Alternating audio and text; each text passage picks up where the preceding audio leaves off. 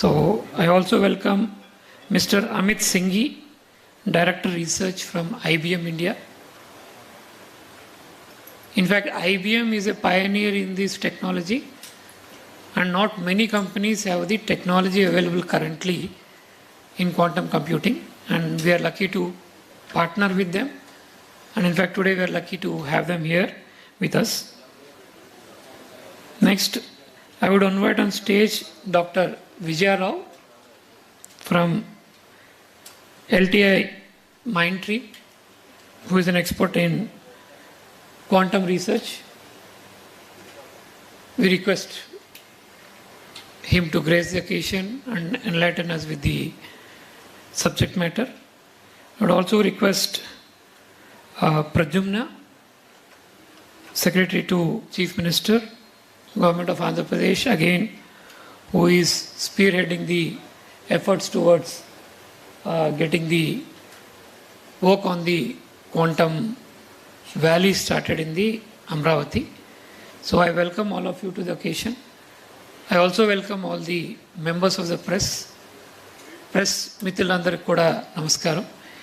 ఈరోజు మీటింగ్ ఉద్దేశం రెండు, ఒకటి కర్టెన్ రైజర్, రెండోది అందరికీ అర్థమయ్యేటట్టు సరళంగా క్వాంటమ్ టెక్నాలజీస్ అంటే ఏంటి, క్వాంటమ్ కంప్యూటింగ్ అంటే ఏంటో చెప్పడం. ఎందుకంటే ఇది ఒక టెక్నాలజీ కాదు, దీంట్లో రకరకాలైనటువంటి డిఫరెంట్ ఫీల్డ్స్ ఆఫ్ ఎక్స్పర్టీస్ ఉంది.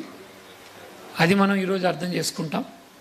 అదేవిధంగా మీ ద్వారా రాష్ట్రంలో ఉన్న ప్రజలందరికీ కూడా ఈ క్వాంటమ్ టెక్నాలజీస్ ఏంటి, దాంట్లో మనం ఏం చేస్తున్నాం, రాష్ట్ర ప్రభుత్వం కేంద్ర ప్రభుత్వం యొక్క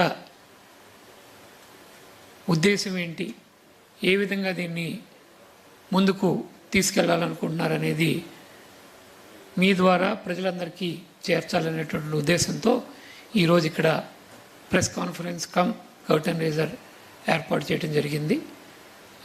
now I would request the initial remarks from Pradyumna from the CM's office, the government's vision on this subject అందరికీ తెలియజేస్తారు. Thank you.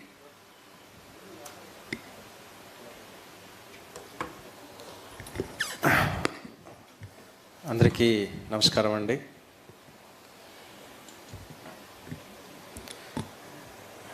ముఖ్యమంత్రి గారు క్వాంటమ్ వ్యాలీ అనౌన్స్ చేసిన తర్వాత 2-3 మీటింగ్స్ అయితే నాకే సిపిఆర్ఓ అయినటువంటి రమేష్ వచ్చి ముందుగా సార్ ఈ క్వాంటమ్ కంప్యూటర్స్ అంటే ఏంటి, క్వాంటమ్ కంప్యూటింగ్ అంటే ఏంటి అనేటటువంటిది అవగాహన మీడియా మిత్రులందరికీ కూడా మీరు తెలియచేయాలా, తద్వారా ప్రజలకు కూడా తెలియచేయాలా అని చెప్తే మరి మంచి సలహా అని ఆలోచించి ముఖ్యమంత్రి గారిని కూడా అడిగి ఇటువంటిది చేస్తే బాగుంటుంది అంటే మరి సార్ కూడా ఓకే అన్నారు. సో నేను మరియు ఐటీ సెక్రటరీ అయినటువంటి భాస్కర్ గారు కూర్చొని ఆలోచించి ఈ యొక్క మీడియా అవగాహన సదస్సు, ఈ యొక్క సమావేశము ఏర్పాటు చేయడం జరిగింది. వచ్చినందుకు అందరికీ ఒకసారి ధన్యవాదాలు తెలియజేస్తూ నేను ముందుగా మాట్లాడుతున్నాను. ఎందుకంటే భాస్కర్ గారు చెప్పినట్టు ఒకటి ప్రభుత్వ విజన్ ఏంటి అనేది తెలియజేయాలా, ఇంకోటి ఏంటంటే నేను పెద్దగా టెక్నికల్ ఎక్స్పర్ట్ కాదు కాబట్టి నేనేమైనా తప్పు మాట్లాడితే దాన్ని కరెక్ట్ చేయడానికి భాస్కర్ ఉన్నాడు. అదేవిధంగా ఐబిఎం ఎలాంటి నుంచి వాళ్ళ రిప్రజెంటేటివ్స్ కూడా ఉన్నారు కాబట్టి ఒకవేళ నేనేమైనా తప్పు మాట్లాడితే వాళ్ళు మీకే కరెక్షన్ కూడా చెప్తారు. I was telling them that, the reason I am speaking first is not only because I have to convey the government's mission and vision, but also because since I am not a technical guy, if I make any mistakes while I am speaking, you guys can, tell the correct version of it. అయితే ఇక్కడ నేను చాలా క్లుప్తంగా and చాలా macro లెవెల్లో కొన్ని విషయాలు, మూలభూతమైనటువంటి కొన్ని విషయాలు మీకే చెప్పాలని నేను అనుకుంటున్నాను. అసలు ప్రభుత్వము, సీఎం గారు దీన్ని ఎందుకు చాలా కీలకంగా, చాలా ఇంపార్టెంట్గా భావిస్తూ ఉందనేటటువంటిది అంశము ప్రజలకందరికీ తెలియాల.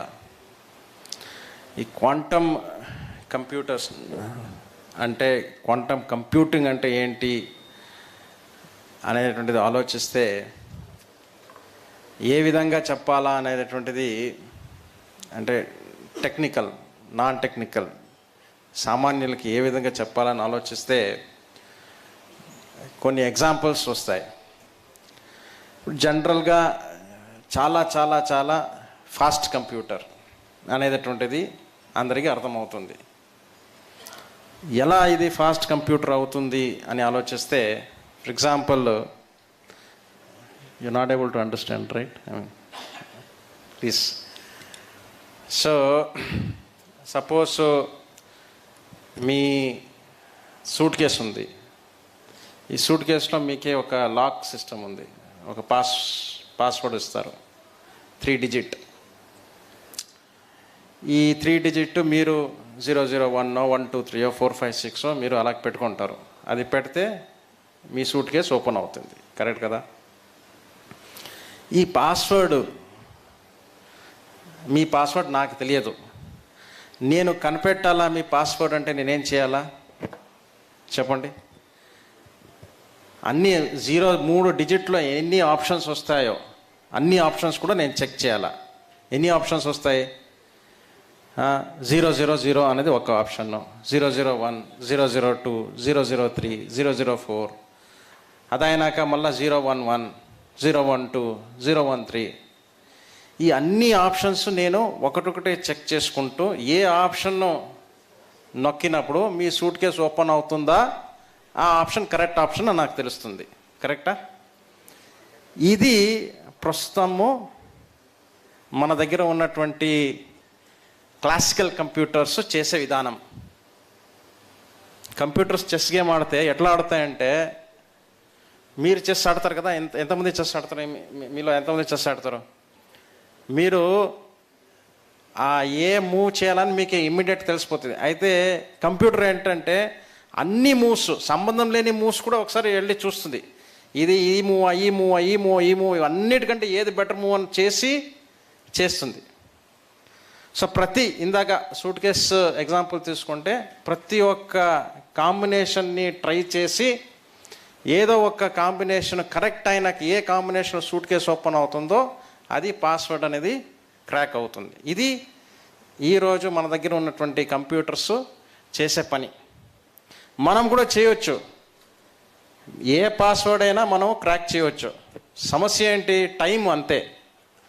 టైం ఇస్తే 3 రోజులు టైం ఇస్తే ఆ సూట్ కేసు నంబర్ ఏదో ఒక నంబర్ నాకు తగులుకుంటుంది కదా. మీరు మా సూట్ కేసు ఇచ్చిపోతే నాకు 3 రోజులు ఇస్తే నేను కాంబినేషన్ ట్రై చేసి, ఇక్కడ సమస్య ఉన్నది టైము. పాస్వర్డ్ క్రాక్ కాదు అనేది కాదు, టైం ఇస్ ద ప్రాబ్లం.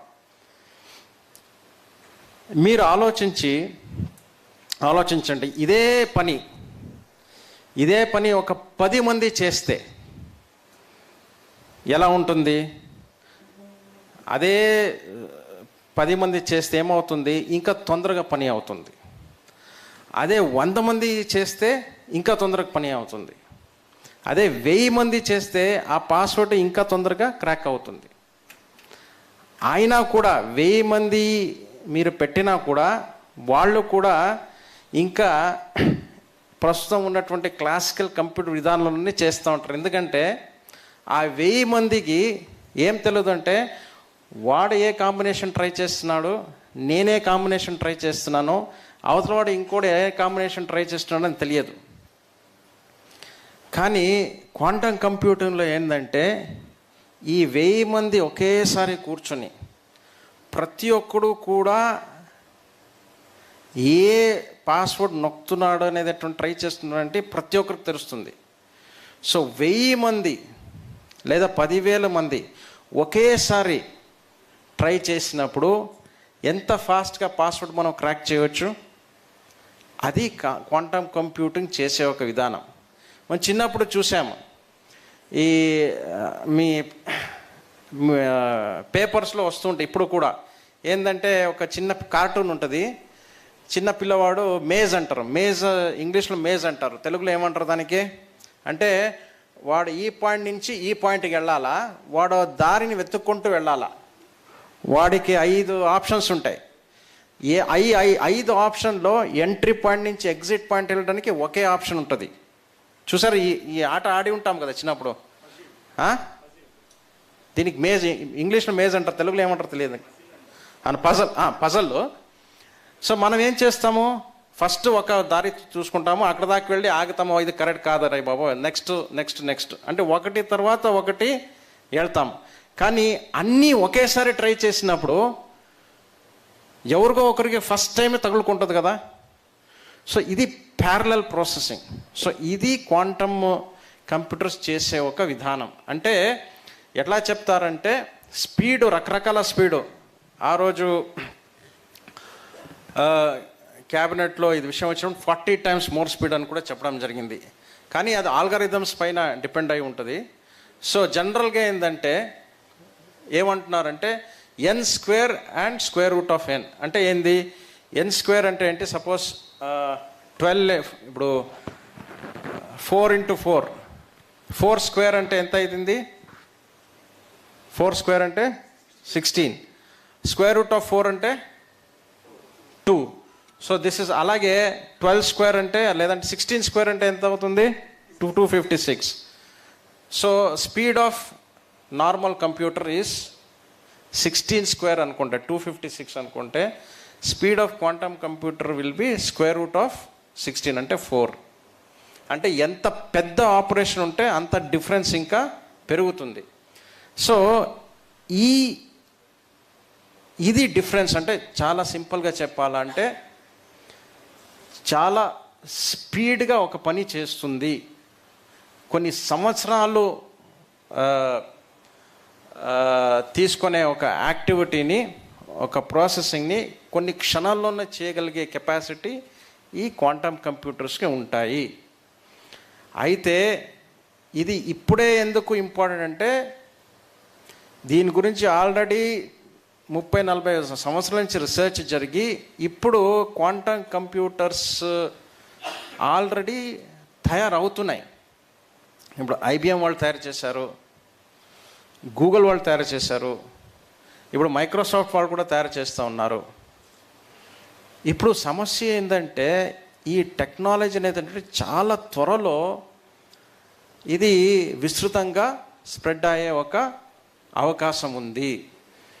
ఏదో 20 సంవత్సరాలు 30 సంవత్సరాలని చెప్పలేము. కొన్ని రిపోర్ట్లలో ప్రకారంగా అయితే 2029-30 నాటికే క్వాంటమ్ కంప్యూటింగ్ అనేటటువంటిది చాలా విస్తృతంగా స్ప్రెడ్ అవుతుంది అని ఒక రిపోర్ట్ ఉంది.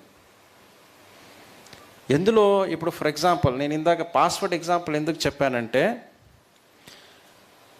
కంపెనీస్, ఇప్పుడు డిఫెన్స్ ఆర్గనైజేషన్ కావచ్చు, బ్యాంక్స్ కావచ్చు, ఫినాన్షియల్ ఆర్గనైజేషన్ కావచ్చు, అవన్నీ సెక్యూరిటీ సిస్టమ్స్ ఏమైతే ఉన్నాయో, ఆ security systems they are built on classical computing systems.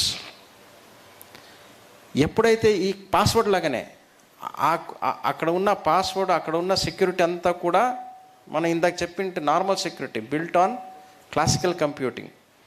Quantum computers ఎప్పుడైతే వస్తాయో ఈ సెక్యూరిటీ ఇమ్మీడియట్గా కాంప్రమైజ్ అయ్యే ప్రమాదం ఉంటుంది. అందుకే 2-3 సంవత్సరంలోనే ఈ అన్ని పెద్ద పెద్ద ఆర్గనైజేషన్స్, పెద్ద పెద్ద కంపెనీ క్వాంటమ్ సెక్యూరిటీ సిస్టమ్స్కే మైగ్రేట్ అయిపోతున్నాయి.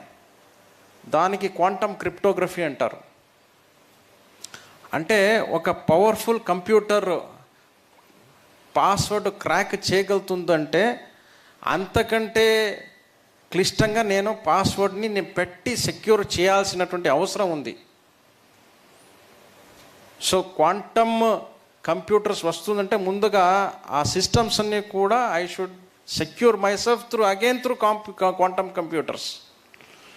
సో ఇటువంటి విషయాలు ముందుకొచ్చే పరిస్థితి ఉంది కాబట్టి చాలా తొందరలోనే అనేక కంపెనీ, అనేక ఆర్గనైజేషను ఈ క్వాంటమ్ కంప్యూటర్స్ని ఆశ్రయిస్తుంది అనేటటువంటిది ఒక రిపోర్ట్ ఉంది. ఇంకొక ఎగ్జాంపుల్ చెప్తాను. ఇందాక మీకు 4-5 years మీరు చూసారు, కోవిడ్ వచ్చింది, వ్యాక్సిన్ కనిపెట్టడానికి అట్లీస్ట్ 1 సంవత్సరం, అప్పుడు భాస్కర్ గారే హెల్త్ కమిషనర్గా ఉన్నారు, అట్లీస్ట్ 1 సంవత్సరం పట్టింది. ఎందుకంటే దాని ప్రాసెస్ అంతా కూడా ఆ డ్రగ్ డిస్కవరీ చేసేటప్పుడు ఎందుకు అంత డిలే అవుతుందని ప్రొఫెసర్స్ మీకు ఎక్స్ప్లెయిన్ చేస్తారు. కానీ అదే క్వాంటమ్ కంప్యూటర్స్ ఉంటే కొన్ని క్షణాల్లోనే, కొన్ని నిమిషాల్లోనే, లేదా కొన్ని రోజుల్లోనే కొత్త వ్యాక్సిన్ను కనిపెట్టి ట్రయల్స్ కూడా చేసి వ్యాక్సిన్ని మార్కెట్లో రాగలుగుతుంది అనేటటువంటిది అంచనా ఉంది. సమస్య ఏంటి? డ్రగ్ డిస్కవరీ అనేది ఒక సమస్య అయితే, ఇప్పుడు ఉన్న సమస్య ఏంటి? డ్రగ్ డిస్కవరీ అనేది సమస్య అయితే ట్రయల్స్ చేయడం కూడా ఒక సమస్య కదా. అంతమంది మీద ట్రయల్స్ చేయాలి. ఎందుకంటే బాడీలో ఎన్ని మాలిక్యూల్స్ ఉన్నాయి ఎవరికైనా తెలుసా? బాడీలో 10⁻45. అంటే 10⁻45 అంటే తెలుగులో ఎట్లా చెప్తాము? 45 సార్లు 10, 10 × 45 times అన్ని మాలిక్యూల్స్ ఉన్నాయి. మరి మనం ఒక కొత్త డ్రగ్ తీసుకొచ్చినప్పుడు ఆ మాలిక్యూల్స్ మీద ఏ విధమైనటువంటి ప్రభావం ఉంటుంది అనేది ఎలా తెలుసుకోవాలా? తెలుసుకునే మార్గమే లేదు. అందుకే టెస్టింగ్, హ్యూమన్ టెస్టింగ్ కూడా చేస్తాం. కానీ ఈ క్వాంటమ్ కంప్యూటర్స్ వచ్చిన తర్వాత ఆ మాలిక్యులర్ స్ట్రక్చర్ని ఎగ్జాక్ట్గా సిమ్యులేట్ చేసి ఈ డ్రగ్ ట్రయల్స్ అనేది కూడా కొన్ని రోజుల్లోనే కంప్లీట్ చేసే ఒక అవకాశము ఉంది. మన Andhra Pradesh already is the pharma hub. So మీరు ఈ యొక్క అవకాశాన్ని గమనించాలని నేను ఇక్కడ మనవి చేస్తున్నాను. అనేక ఇలాంటి ఉపయోగాలు ఉన్నాయి. ఇక్కడ మీకు ఒకటే విషయం చెప్తాను. ప్రస్తుతానికి తెలుగు వాళ్ళు సాఫ్ట్వేర్లో ప్రపంచంలో లీడ్ చేస్తున్నారు, మీకు అందరూ తెలిసిన విషయమే. కంప్యూటింగ్లో మనం ఫస్ట్ ఉన్నాం. సైన్స్ కూడా మనం చాలా ముందున్నాం. అంటే మన పిల్లలు, మన స్టూడెంట్స్ సైన్స్లో కానీ టెక్నాలజీ కానీ వాళ్ళు అగ్రస్థానంలో ఉంటారు. మనకి డెమోగ్రాఫిక్ డివిడెండ్ కూడా ఉంది. అంటే ఈ క్వాంటమ్ రెవల్యూషన్ని అందుకోవడానికి కావాల్సినటువంటి వాతావరణము, కావాల్సినటువంటి సందర్భాలు, పరిసరాలు అన్నీ కూడా మనకి సానుకూలంగా ఉంది, ఎస్పెషల్లీ ఆంధ్రప్రదేశ్లో. ముఖ్యమంత్రి గారు చెప్తూ ఉంటారు, ఇండస్ట్రియల్ రెవల్యూషన్ అయింది. ఇండస్ట్రియల్ రెవల్యూషన్ జరిగినప్పుడు 19th century జరిగినప్పుడు భారతదేశము మరి బ్రిటిష్ వాళ్ళ పరిపాలన ఉంది కాబట్టి ఇండస్ట్రియల్ రెవల్యూషన్ అందుకోలేకపోయినాం. తర్వాత కమ్యూనికేషన్ రెవల్యూషన్ వచ్చింది. ఎప్పుడు వచ్చింది? 90s వచ్చింది. కష్టపడి అందుకున్నాము. అప్పుడు 95లో ఐటీ రిఫార్మ్స్ చేయడంతో ఐటీ ఇవన్నీ కూడా మరి అవి ఇంపార్టెంట్గా పెరిగినాయి. ఇప్పుడు అందుకునే టైము అయిపోయింది. ఇప్పుడు లీడ్ చేసే టైం వచ్చింది. భారతదేశము అందులో భాగంగా మరి తెలుగు జాతి, ఆంధ్రప్రదేశ్ రాష్ట్రము ఈ క్వాంటమ్ రెవల్యూషన్ లీడ్ చేసే ఒక మరి పరిస్థితి వచ్చింది. దీన్ని, ఈ అవకాశాన్ని ఉపయోగించకపోతే చాలా ఇబ్బంది పడే పరిస్థితి వస్తాం. నేను ఎందుకు చెప్తున్నానంటే అన్ని కంప్యూటర్స్ ఉంటాయి, ఇంటర్నెట్ ఉంటుందా? ఉంటుంది. But computers will be quantum computers, internet will be quantum internet. So ఇది ఎట్లా అంటే, మీలో హాకీ ఎవరైనా ఆడారా? హాకీ, టెన్నిస్, లాన్ టెన్నిస్ మీకు తెలుసా? 1970 వరకు ఇండియాకి హాకీలో ఎన్ని గోల్డ్ మెడల్స్ ఉన్నాయండి ఒలింపిక్స్లో? ఇప్పుడు వరకు ఇండియాదే లీడ్, 7 ఉన్నాయి. 1970 వరకు India was number 1 nation in hockey. తర్వాత మారింది. ఎందుకు మారింది అంటే అనేక కారణాలు ఉన్నాయి. అందులో ఒక కారణం ఏంటంటే హాకీ అనేది పవర్ గేమ్గా మారింది. అంటే టర్ఫ్ మార్చారు, చేసే గ్రౌండ్ మార్చారు, స్టిక్స్ మార్చారు. దీంతో ఏమైంది? మనకున్నటువంటి కొన్ని అడ్వాంటేజెస్ పోయినాయి. ఈరోజు మళ్ళా మన కంప్యూటర్లో సాఫ్ట్వేర్లు ముందుకు రావడం జరిగింది, మనం ఈరోజు లీడ్ చేస్తున్నాం. కానీ కంప్యూటర్ ఒక నేచర్ మారుతూ ఉంది. మనం దాన్ని లీడ్ చేయకపోతే రేపు ఈ అవకాశము ఇంకెక్కడో వేరే వాళ్ళకి వెళ్ళి మళ్ళీ వాళ్ళు లీడ్ చేసే పరిస్థితి వస్తే ఈ ఒక్క అవకాశం కోల్పోయినట్టు అవుతామన్న ఉద్దేశంతో మరి ఈ నిర్ణయం ప్రభుత్వం తీసుకోవడం జరిగింది. సో ఇది ఎప్పుడో 20 సంవత్సరం 30 సంవత్సరాల తర్వాత వచ్చేదే కాదు, ఇది ఆల్రెడీ వచ్చింది. It is already come. Countries are working on quantum computing. Countries are work national quantum mission అందుకే 2023లో ఎస్టాబ్లిష్ అయింది. నేను ఈ సందర్భంలో ఒకటే మీకు అందరికీ చెప్తున్నది, ఇది అందరి బాధ్యత. సో మనకి నచ్చినా నచ్చకపోయినా ఈ రెవల్యూషన్ అనేది వస్తుంది.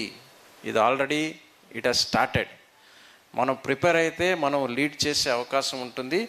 ఇవన్నీ విషయాలు ఆలోచించి మరి ప్రభుత్వము ముఖ్యమంత్రి గారు ఈ డిసిషన్ అనేటటువంటి తీసుకోవడం జరిగింది. మరి ఆ డిసిషన్ ఎలా తీసుకున్నాము, దానికి విధి విధానాలు ఏంటి, రాబోయే రోజుల్లో ఏం జరుగుతుంది అనేటటువంటిది మరి డిపార్ట్మెంట్ నుంచి సెక్రటరీ భాస్కర్ గారు చెప్పడం జరుగుతుంది. మనం ఇప్పుడు క్వాంటమ్ వర్క్షాప్ అనేటటువంటిది 30 నాడు పెట్టాము, June 30th. జనవరిలో క్వాంటమ్ వ్యాలీ అమరావతిలో ఇనాగ్రేట్ చేయాలని కూడా చెప్పడం జరిగింది. బిల్డింగ్ డిజైన్స్ ఇంకా ఫైనలైజ్ చేస్తున్నాం, ఎలా ఉండాలా బిల్డింగ్ అనేది, అంటే ఒక ఐకానిక్ స్ట్రక్చర్ ఉండాలనేటటువంటి ఒక ఉద్దేశంతో బిల్డింగ్ డిజైన్ అనేటటువంటిది ఫైనలైజ్ చేస్తున్నాం. 30 నాడు జరిగే క్వాంటమ్ వ్యాలీలో క్వాంటమ్ సమ్మిట్లో కేవలము అకాడమీ ప్రొఫెసర్సు లేదా స్టార్టప్స్ కాకుండా ఎండ్ యూజర్స్, ఈ క్వాంటమ్ కంప్యూటింగ్ దాని నుంచి ఉపయోగపడే ఇండస్ట్రీస్ని కూడా మనం ఇన్వైట్ చేయడం జరుగుతూ ఉంది. ఎందుకంటే industry and academics and scientist వీళ్ళంతా కలిసి వచ్చినప్పుడే మనం సస్టైనబుల్గా చేయగలుగుతాం. సో ఆ ఉద్దేశంతోనే ఆ స్ట్రక్చర్తోనే ఈ క్వాంటమ్ వ్యాలీ అనేటటువంటిది మరి ఎస్టాబ్లిష్ చేయడం జరిగింది. ఈ విషయాన్ని మీరు కూడా, అంటే ప్రభుత్వం చేస్తూ ఉంది, ప్రభుత్వం ఏ విధంగా చేస్తుంది అనేది మీరు అందరూ కూడా చూస్తూ ఉంటారు మీడియాలో ఉండి. అది మీ మీ మీ యొక్క వృత్తి, మీ ఆక్యుపేషన్. అలాగే కాకుండా ఒక నార్మల్ పర్సన్ కూడా, అంటే ప్రతి ఒక్క నా వ్యక్తిగత అభిప్రాయం ఇది, ప్రతి ఒక్క పౌరుడు కూడా ఈ అవకాశాన్ని చూడాల. లేదంటే ఇప్పుడు వరకు ఏమైతే దేశము ఈ సాఫ్ట్వేర్లో మరి ప్రగతి చెందిందో, ఇప్పుడు ఒక లీడ్ ప్రస్తుతానికి అందరూ ఇప్పుడు యూరోప్ అమెరికా అని ఇప్పుడు వరకు అనేవారు. కానీ ఈ యొక్క టెక్నాలజీతో ఇండియా వైపు, ఆంధ్ర రాష్ట్ర వైపు ప్రపంచం తిరిగి చూసేంత అవకాశము, కెపాసిటీ వచ్చింది మనలో. ఇది సద్వినియోగం చేసుకోవాలనే ఉద్దేశంతోనే ముందుకెళ్ళడం జరుగుతూ ఉంది. ఇవన్నీ కూడా ఏమైతే చేస్తున్నామో అన్ని యాక్టివిటీసు వేరే స్థాయిలో అంటే స్పీడ్ కానివ్వచ్చు, ప్రాబ్లమ్ సాల్వింగ్ కానివ్వచ్చు, ఆ వేరే ఒక స్థాయిలో మరి జరిగే ఒక పాసిబిలిటీని గుర్తించి మరి ఈ ఒక నిర్ణయం తీసుకోవడం జరిగింది. With these words, I just have to end my talk. I just request all of you that it is a rare moment in history. The time has come, at least the government of Andhra Pradesh thinks that the time has come for India and the state of Andhra Pradesh to lead the quantum revolution, and therefore we have taken many decisions in the government of Andhra Pradesh to achieve that. And the quantum workshop which is scheduled on 30th of this June is trying to precisely bring all the stakeholders together. ఆ రోజు స్టేక్హోల్డర్స్ అందరూ కూడా వచ్చి మరి ఒక Amaravati declaration అనేది కూడా మరి చేయడం జరుగుతుంది. ఆ డిక్లరేషన్లో మనం ఎటువంటి స్టెప్స్ తీసుకోవాలా, ఇక్కడ ఒక ఎకో సిస్టమ్ అనేటటువంటిది మరి అమరావతిలో ఆంధ్రప్రదేశ్లో క్రియేట్ కావాలా, దానికి కావాల్సినటువంటి ఏమేమి నిర్ణయాలు, ఏమేమి చర్యలు తీసుకోవాలనేది కూడా ఒక అమరావతి డిక్లరేషన్ అనేటువంటిది మరి చేసి అది ముఖ్యమంత్రి గారికి కూడా అది సబ్మిట్ చేయడం జరుగుతుంది. మీరందరూ కూడా దీన్ని చాలా క్షుణ్ణంగా గమనించాలా అనేటటువంటిది నేను కోరుతున్నాను. Not only as media persons but as normal persons also. ఎందుకంటే it is a game changer technology which we should be very much aware of and alive to the possibilities. ధన్యవాదాలండి. Thank you. Bus.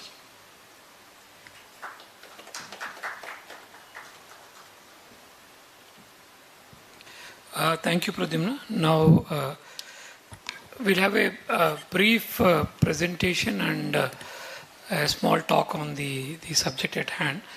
The first speaker today is Professor Anil Prabhakar. Sir currently teaches at IIT Chennai, and sir is an alumni of the Carnegie Mellon University. All of us are aware about the prestigious university. And sir specializes in quantum communication and magnomics, assistive technologies, and also on photonic quantum computing. In fact, I should mention that sir has a large number of patents on quantum technologies. So I went through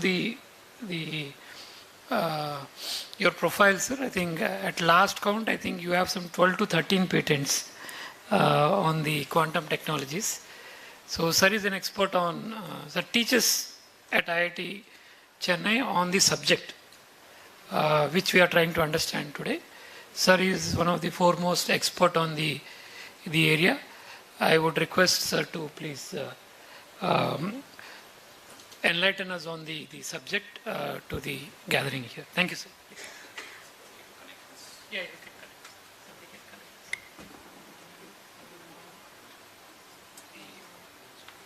HDMI cable. HDMI cable.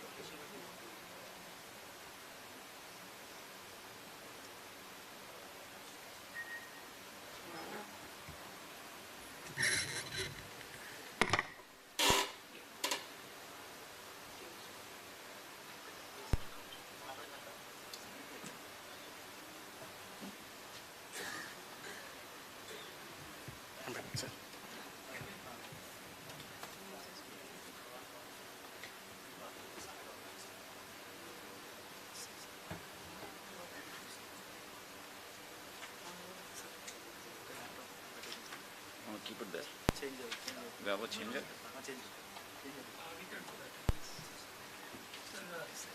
I think we'll sit down, sir, so that Yeah, yeah. we can sit. Yeah.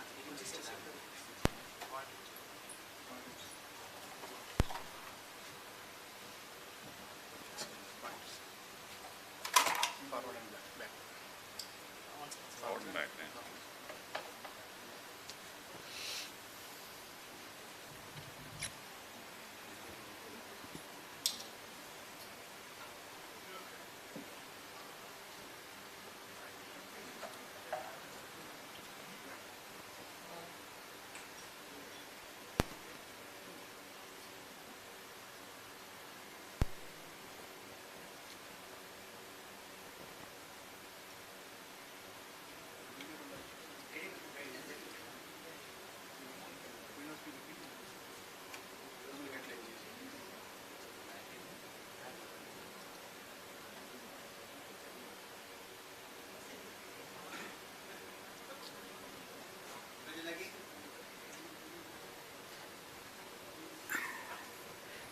I can start by saying that two things.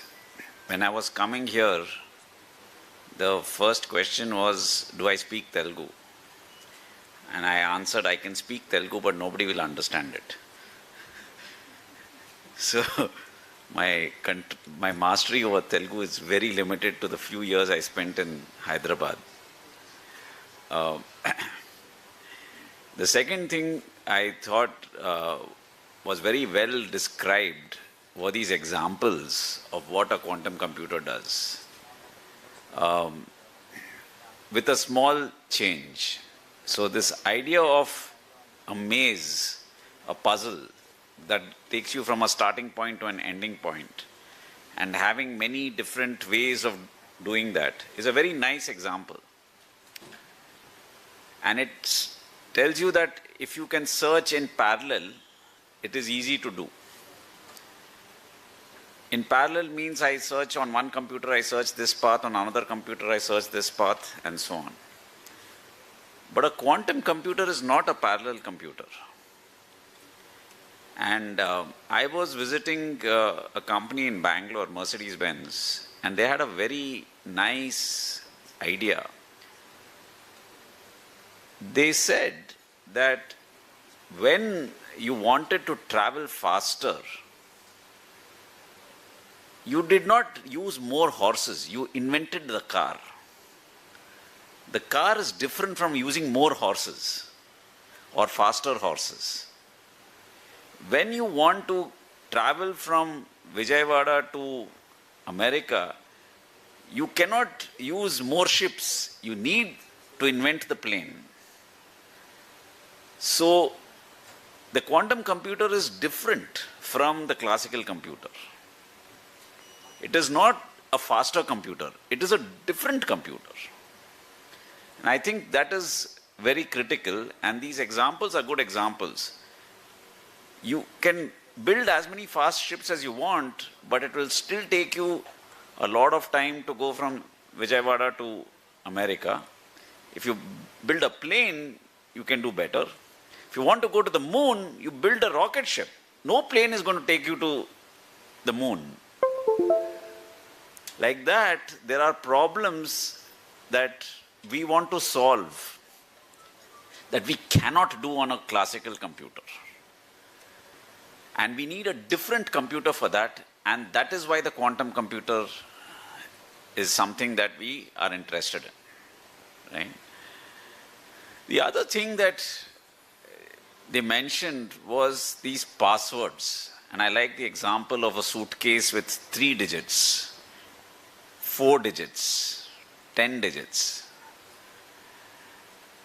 But the mistake out there is assuming that there is a person out there turning that. Suppose I had a robot to do that. And in the movies we see those people will come there and they'll just hold something up and it will automatically figure out what the password is. If I have a machine to do it, the machine will do it much faster. So I don't today need a quantum computer to break your passwords. I can do it with AI, with ChatGPT, with GPUs. And that is already there, right? So we need to protect ourselves from the people who want our passwords. But that is not why we are installing a quantum computer. I don't want to install a quantum computer and train people to crack passwords. That is a waste of time, right? I want to build a quantum computer, install a quantum computer to solve problems that are of interest to us. And we'll talk a little bit about it. I think we're finally here. The slideshow. No, just on that, you just click slideshow. On the oh, we have a different screen here. Where is my oh, this is nice.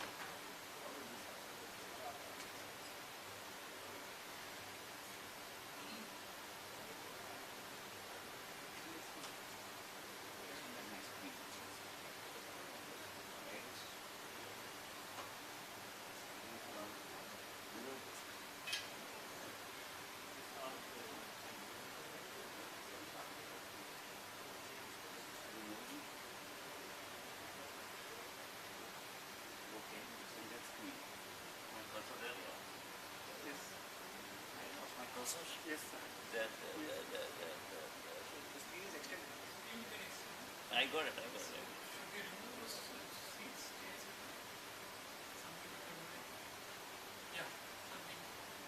You have to ask them. Do you need to remove the chairs? Yes. All right.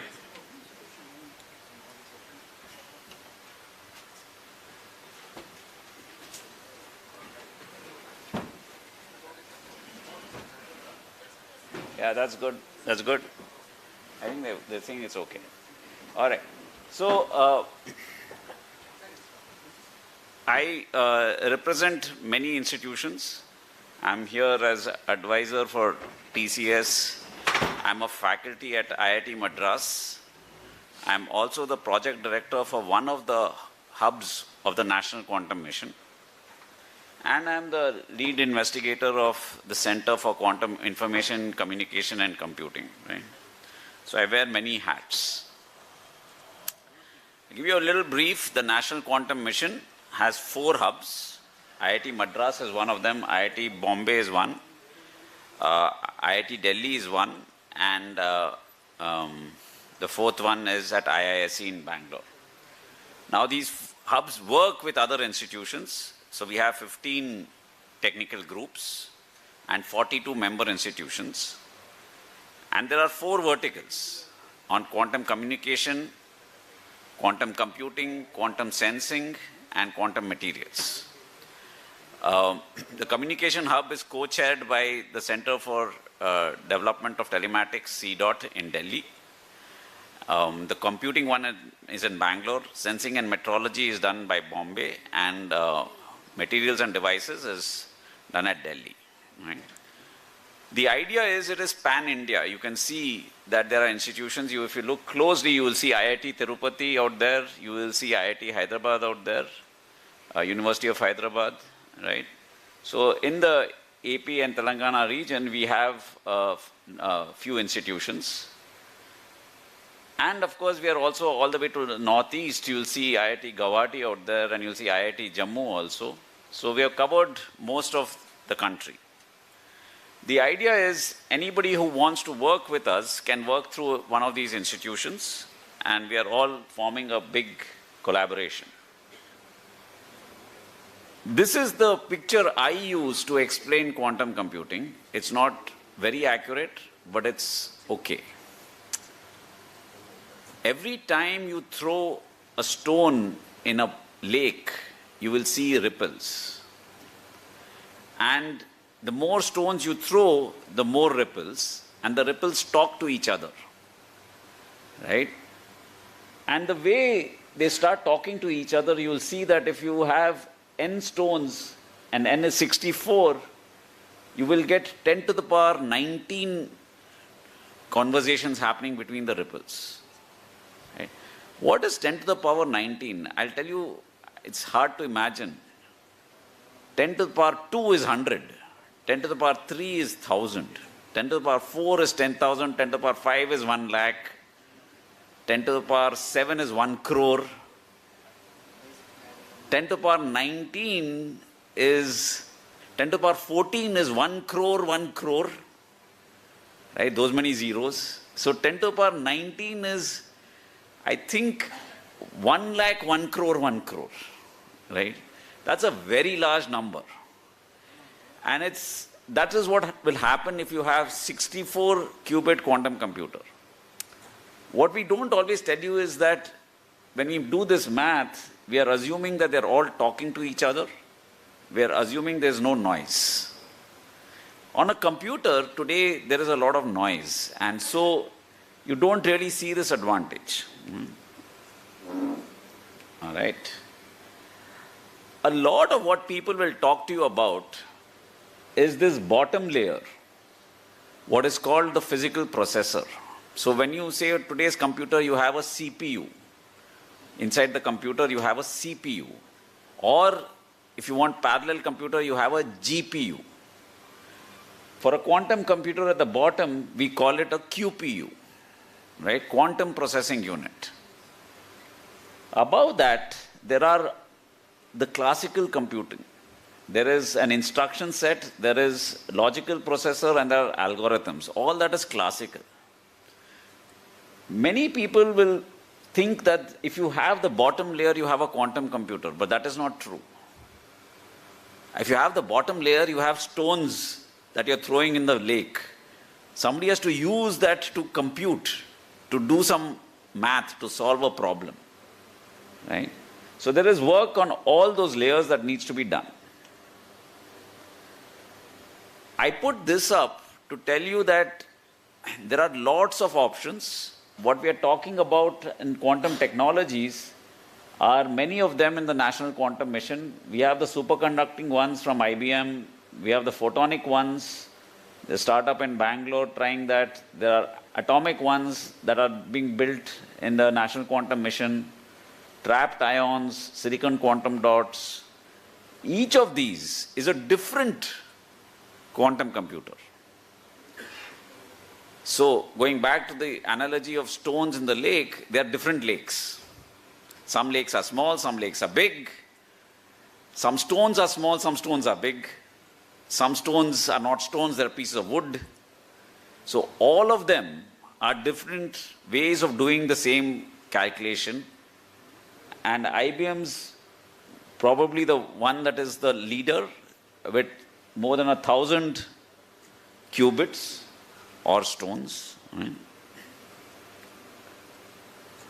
This one is also an interesting slide because it tells you that a lot of work started even 25 years ago.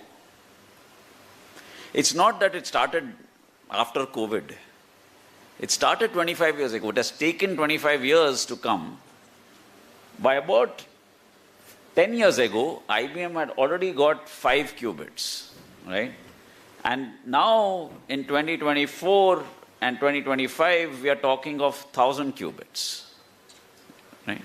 So there is the bottom row which tells you the progress that has been made over the years, slowly and steadily, right? At the same time, you'll see that there are other people who are also trying things, and they are still not there. They are saying in 2028 they'll get 1,000 qubits. The second row has 10,000 qubits in 2026, but that's a promise, right? At the same time, if you look down there, IBM will say they will also have 10,000 in 2026. But there's somebody on the top row who says in 2025 they will have 1 million. But these are all promises, right? Today, if you ask me where do you want to go for 1,000 qubits, you have to go to IBM, right? Or, as you'll see, something else I'll show you in a bit. So what are the applications of this quantum computer? What do we do with it? And that's a big question. We've decided that opening suitcases is not a good problem, because not everybody wants to open each other's suitcases. That is not the problem. The problem is, what can you use it for? Can you use it for drug discovery? We talked about COVID, right? So to do drug discovery, you need a quantum computer, right? Because the drugs are quantum mechanical in nature. So you need a quantum computer for that. You want to solve large machine learning problems. Today everybody is doing machine learning. Data science and machine learning is one of the most popular engineering streams. But that machine learning has large amounts of data. And then you go back and think of that lake with stones. If the lake is full of data and you want to have the data talking to each other, then you have to throw stones out there and see which ones are talking to each other. And that's kind of the machine learning applications of these quantum computers. At the very end is what we call cryptography, or this breaking of passwords or opening suitcases, right? Breaking locks. But you can see that you can build new batteries, which is very important for all of us. We can build new batteries, we can build new drugs, new materials. On the top, there is one problem called bin packing. It's a very simple problem. I take a suitcase again, and I give you all these objects. I lost half my presentation.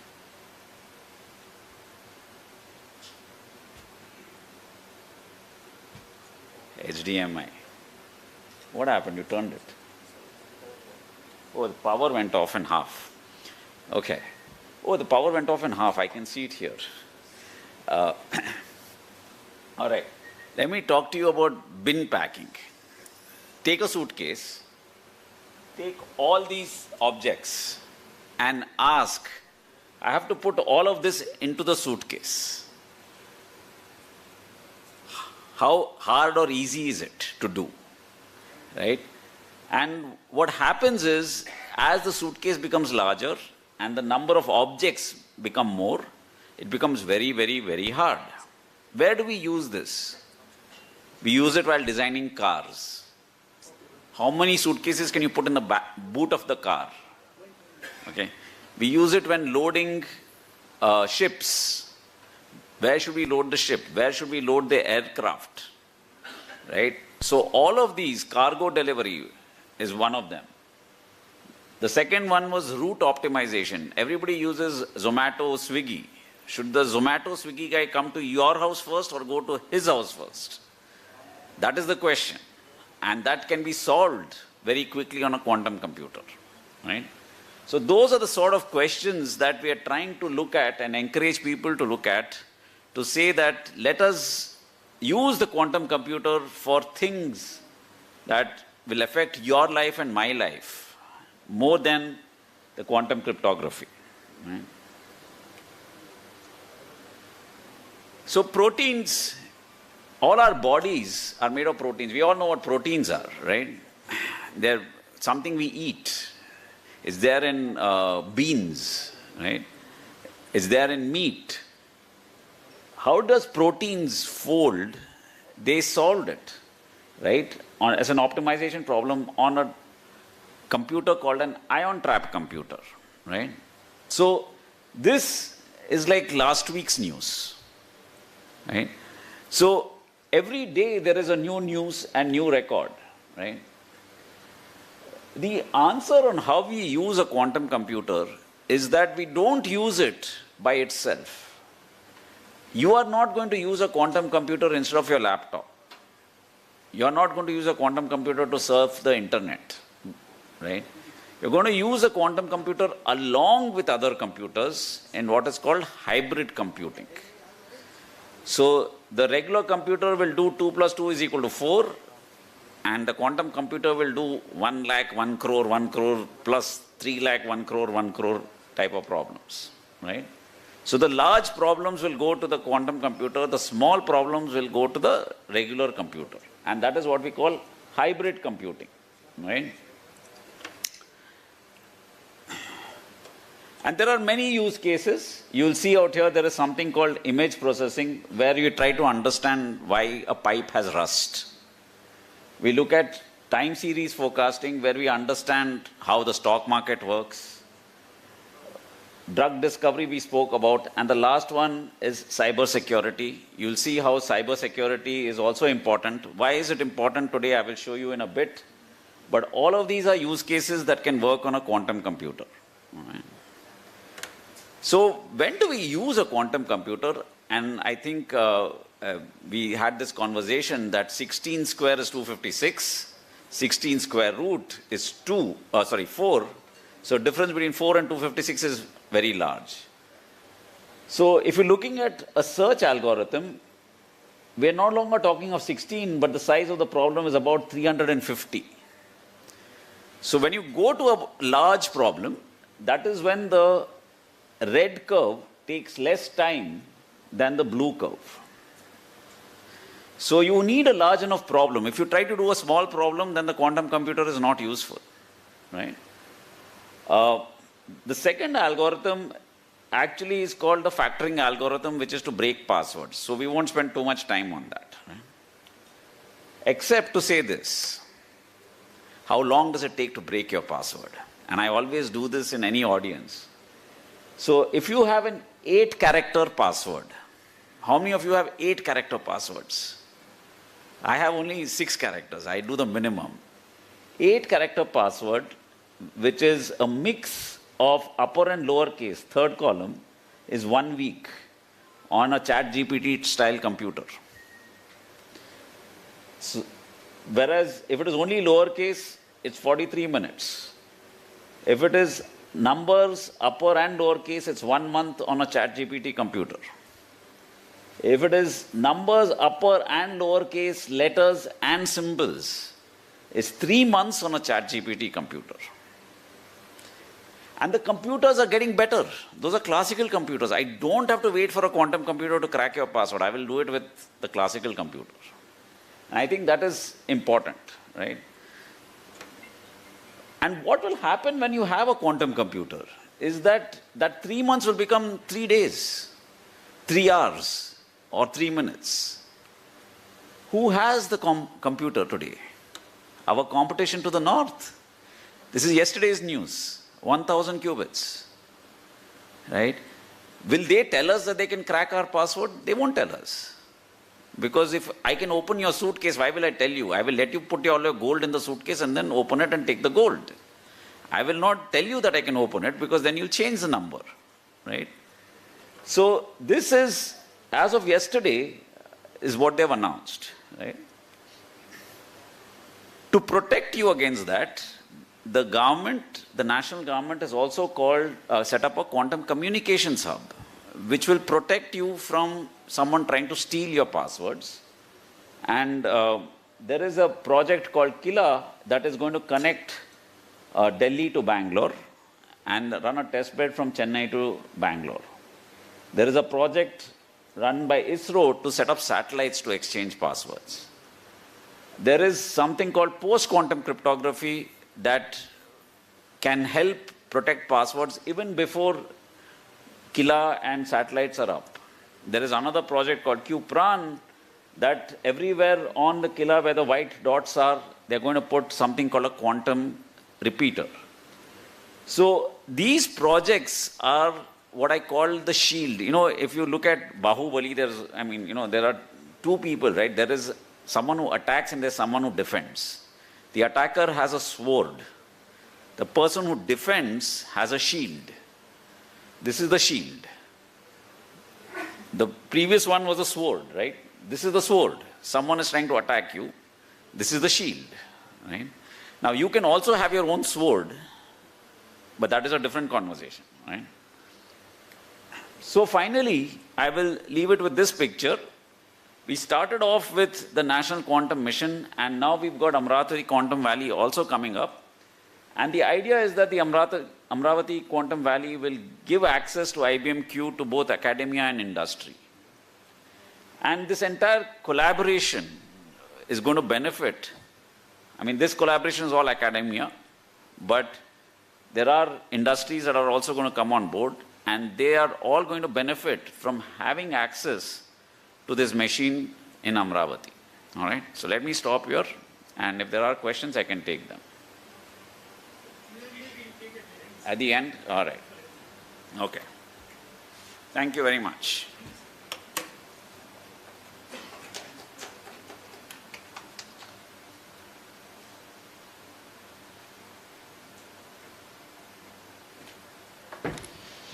Thank you, Professor Anil Prabhakar.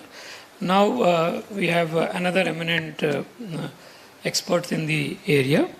Mr. Anil Singhi is Director Research, IBM India. In fact, he is also from the same university as Mr. Anil Prabhakar, probably Carnegie Mellon University. And he specializes in hybrid cloud, artificial intelligence, quantum computing, and cybersecurity. And the kind of mixed kind of experience and the expertise on all the fields, I think makes him the perfect choice today to address all of us and tell us about his ideas on the quantum computing and the Amravati Quantum Valley. Please, sir.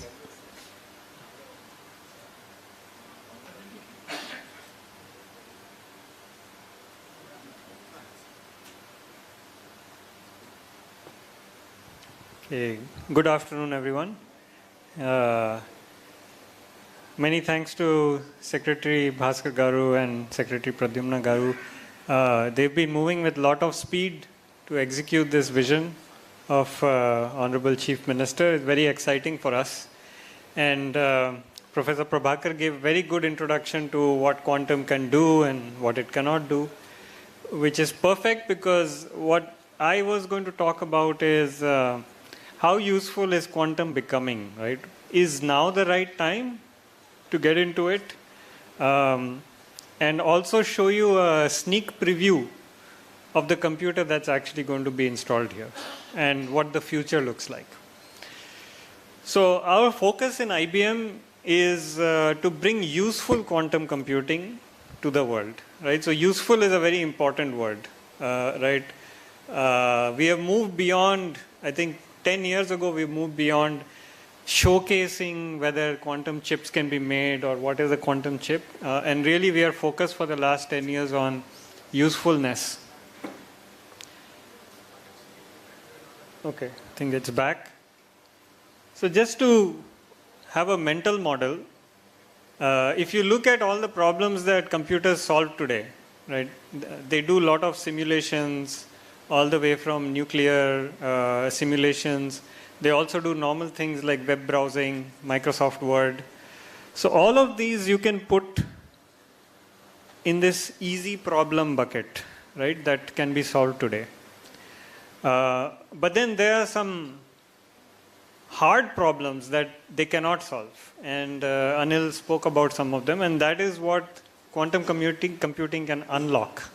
And the idea is that our classical computers, our supercomputers, they will continue, our GPUs, and then quantum will provide another kind of computing together to solve this whole complete set of problems for us in humanity. And this is just a high-level view of what we are seeing across the world. Many companies, research labs, trying to address in different industry sectors like aerospace and automotive, financial services, high-tech, energy, environment, healthcare and life sciences, drug discovery. Our previous speakers spoke a lot about that. One very interesting one very recently, again, every week there's a new news. There's one news of just 3 days ago is this algorithm that was implemented by Riken, which is a research lab in Japan, and IBM together by combining quantum computer and a supercomputer. So they have a supercomputer there called Fugaku, which is one of the most powerful classical supercomputers. They also have the IBM quantum computer. They implemented an algorithm to very precisely calculate the electronic structure of a molecule called ferrous sulfide or iron sulfide. Now, why is that interesting? That is interesting because that molecule is extremely important for things like nitrogen fixation. Means when we make fertilizers for our agriculture requirement, we use a lot of ammonia that's required by plants to grow healthily. Now that ammonia fertilizer today when we manufacture, I don't know if you know, it uses 1 to 2% of all the energy consumption of the world. That's because it's a very energy consuming process to take the nitrogen in the air and make the ammonia. And this iron sulfide molecule is an important part of that chemical reaction to make the ammonia. Now imagine if you can precisely simulate that chemical reaction. Can you come up with some more energy efficient chemistry to create this ammonia, right? That is such a huge impact on our energy security and our food security. That's one of the examples in this energy environment. There's so many such examples, right? And these are things that are being done today as experiments, right? They are not scaled up to the commercial yet, but you'll see why today's time is the right time to find these algorithms and to come up with these ideas. Now, from our lens, to make quantum computing useful, two things are very important, and we are very, very engaged in both of those. One, of course, you need to have the quantum platform that is able to go beyond classical computing. If it's not there, then anyway, nothing can be done. And with our superconducting approaches, Anil had this very nice chart. We are making very good progress on that, but not just the hardware, but also the software. The software is equally important. The second is this network of organizations across the world have to all be engaged in figuring out how to use these computers because they don't work just like your normal classical computers. And so activating a network, we have been very involved globally here. There's more than 250 companies, research organizations, labs, who are all using IBM quantum machines to do this kind of research that I just described. Some of them are actually in India. On top of that, in India, we are seeing so much interest from learners from students, researchers, professionals to actually become skilled in programming these quantum computers. Today, if you look at the usage of IBM quantum computers, we have more than 20 of those available on the cloud. The second highest number of users is from India. So the hunger is so much, and people are self-learning. In fact, with IIT Madras, just 3 years ago, we made a course on NPTEL. There's more than 25,000 students already went through that course. There's this AICTE program now launched for teaching quantum computing in college. Many of our colleagues in IBM and many other folks are involved in writing those books. So there's a lot of energy in the network. So that's why with AP and Amravati taking this initiative to actually bring it here and make it real is very exciting. So I want to show you a preview of this Quantum System 2. So the IBM Quantum System 2 is the most advanced quantum computer ever built. And the first one of it, of course, was installed within IBM's own data centers. But outside of that, the first one just got installed a couple of days ago in Japan. And it gives me a lot of pride to say very soon we will have one of these here, close by. So this is a little bit of a preview. I'm going to play the video. It's about 1 minute long, so you can follow it. Block of quantum-centric supercomputing.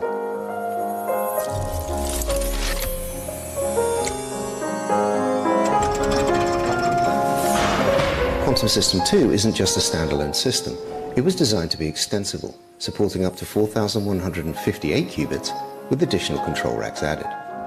It was also designed to be modular, so multiple Quantum System 2s can connect cryostats with long-range couplers connecting the processors, supporting up to 8,316 qubits, and with 3 System 2s, a remarkable 16,632 qubits.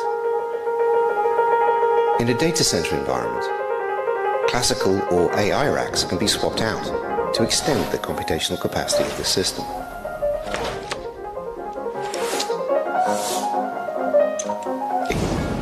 Thank you. Okay, that was a very quick video, but some of the key things there was this Quantum System 2 is not just a fixed system. It is designed to be expandable, right? So it showed you one system which can support up to 4,000 or so qubits, and then you can combine more systems later to make it bigger and bigger. Then you can add your GPU compute, your supercomputers alongside it. So that is the concept. We have gone well beyond making the next quantum chip to actually creating these data center ready quantum systems. And so what we plan to bring here is the start of that journey. It's the first one. But as this industry picks up, there's potential to really make it into a world-class large data center. This is just a screenshot of inside that fridge. There's actually something called a dilution refrigerator. And at the bottom, you see those steel-colored boxes with IBM written. That's where actually where the QPU is, the processor, the chip is there. And it's kept in a vacuum. And at a very, very low temperature that's colder than outer space, right? In the 10 to 20 millikelvin range. That's about minus 273 Celsius. So very cold. The reason is we don't want any kind of disturbance or noise, even at a micro level, to disturb the qubits, because they are working at a, like Anil had this nice example of the ripples. Even a little feather goes in the ripple, it destroys it. So that's how it is. And all these things you see here, these are part of the delivery of the signal and the readout of the signal from the chip, and also the cooling equipment to take the temperature down from the room temperature to outer space in just few meters. So I can only give you a preview here. Once it's here, then you can see the real thing.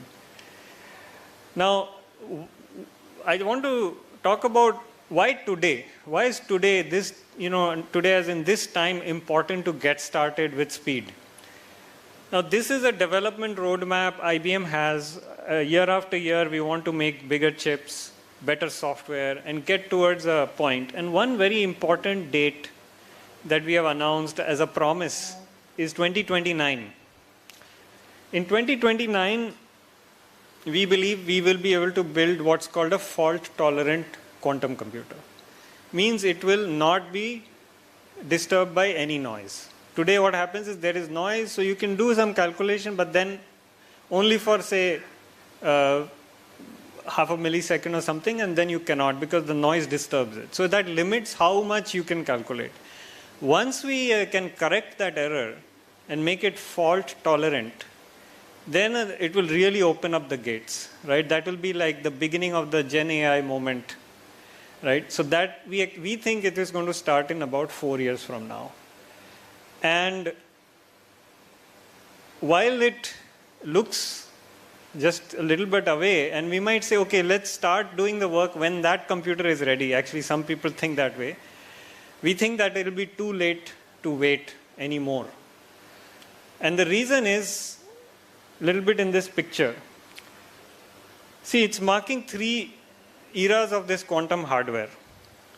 You can see the error correction 2029. We want to make this machine, which is error corrected. That will be a new regime. So people can actually run all those quantum algorithms freely on this.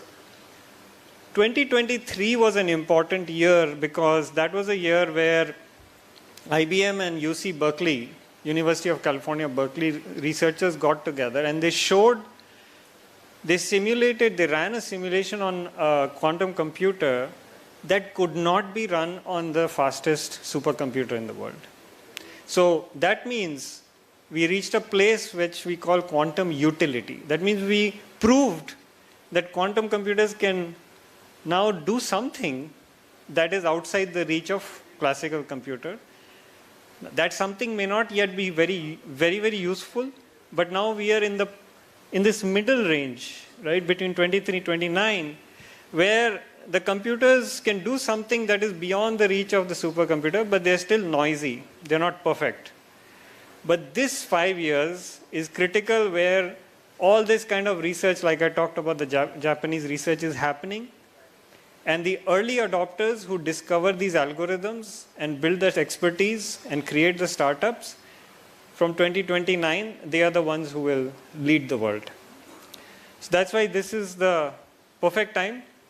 We bring the computer here. We have 3 years, 4 years to develop our ecosystem and be ready for this future that's coming.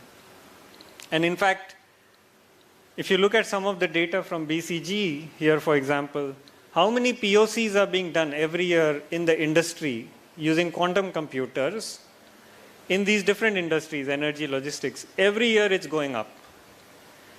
Last year, more than 150 POCs, right? Look at the amount of investment that's going every year. So the world is moving very fast, very, very fast. Still, it's not unlocked, so we have that opportunity to really get in the game and take leadership. And it's estimated, the early adopters who are going to start now, they will capture 90% of the value. And given our strength in India, with both software engineering, with scientific skills, and our approach to creating startups with agility, I think we have to be capturing most of this 90%. We cannot leave it to others. So I think this is the perfect time for Amravati's Quantum Valley Tech Park to accelerate this quantum ecosystem in India. The National Quantum Mission has set a foundation for the research, very, very clear goals, but Quantum Valley can set the foundation for the industry. And that will be driven by algorithm discovery, application development that is used in India and used by the world. I want to take just 2 minutes to talk about this future vision, right? That we announced 2029. We want to develop a system called the Starling. This will be the first large-scale fault-tolerant quantum computer of the world. It's still not built. We are ourselves putting the pressure on us to build it. And there's a level of confidence in IBM that we can do it. This is what it is likely going to look at. In the center, you can see the center line is the multiple fridges. And on one side, you have all of the cryogenics to feed it. And then also you have some classical alongside it. This is our data center in New York where we keep building out these things. You can see on that far right side, that is IBM Quantum System 2. It's showing 4 of those. That's 2025, this year. And that is also what we are bringing to Amravati. 2029, you can see we expect to have the Starling system, which will have those 200 logical qubits. If you remember Professor Prabhakar's that diagram, there's logical qubits. That means after all the error correction is perfect, no sensitivity to noise or almost no sensitivity, you get 200 logical qubits. You can run 100 million quantum gates. That's the 2029 milestone. And soon after 2033, we have a milestone for a system called Quantum Blue Jay, which will support 2,000 logical qubits and 1 billion quantum gates. Right? So this might very well be the picture of our Amravati data center, for all you know, if we are successful here. Right? So with that, I'll close, and that's all I had for today. Thank you.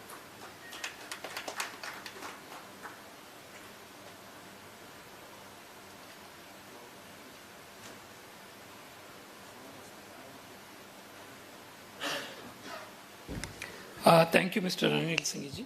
Now I'd request Dr. Vijay Rao. Sir has a PhD in computer science and an MSc in telecommunications from Delft University of Technology. And he leads the R&D team of LTE Mindtree. And he has worked earlier in Cognizant, specializes in IoTs and new technologies. And to his credit also, he has 3 patents on his name, if I'm not wrong, and he has 2 contributions to IEEE standards also. I would request Dr. Vijay Rao to come and address the gathering and tell us more about the areas that interest us and what the quantum computing holds for our future. Sir, please.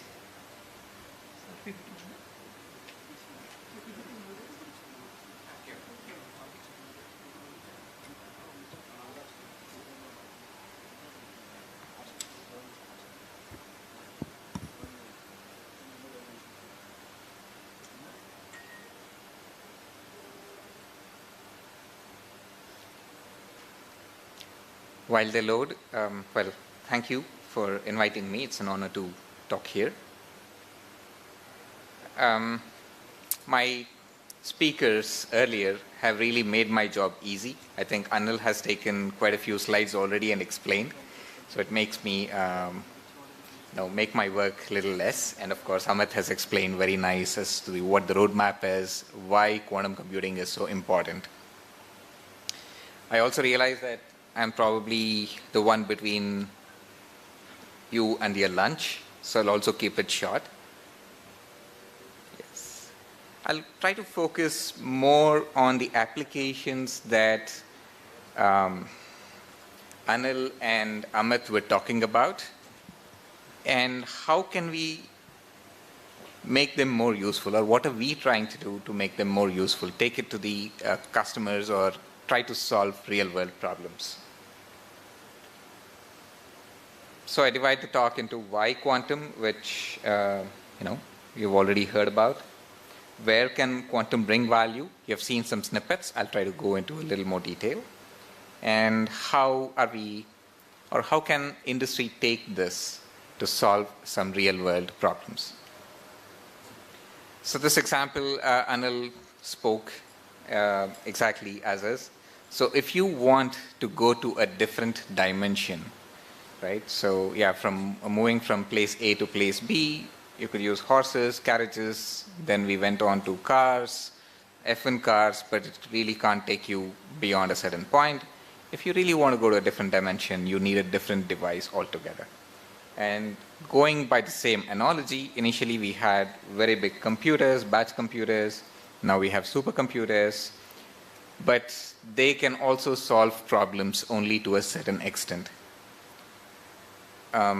If you want to go beyond solving the most complex ones, I will try to give those applications a little later. You need a different technology, and that's what IBM is trying to build, and that's what Amit also showcased. That's a quantum computer. This is a problem, Anil, and I think initially Pradyumna Garu also spoke about. There are two parts to quantum computing. One is trying to solve very complex problems. For example, the Zomato thing, right? So where do you want to go and deliver first? Well, Zomato is a simpler problem. There are such real-world problems out there. If you want to deliver across the world, or if you're running a logistics company, and if you're trying to schedule, optimize the fleet that you have, how many trucks you have, how do you want to load it, where all you want to send it, and of course complicated with the workforce that you have, it's an extremely, extremely complex problem. Just looking at the scale, if you have 10 cities to cover and one truck, then the number of parts that you have are still okay. It's in a lakh combinations or in lakhs of combinations. But as soon as you go up to 20 cities, it's already quadrillion. 28 cities is octillion. It's something that you cannot do. Find an optimal path. Make sure that you're making efficient use of the fleet that you have in order to cover these areas, right? You cannot find out. You will find approximate solutions with today's computers. You will find good approximations with combining with AI, but you will not be able to find the best. So that is one class of problems. I'm just trying to showcase where quantum computer can bring in value. And the other part is security. We talked a lot about passwords and suitcase breaking and so on.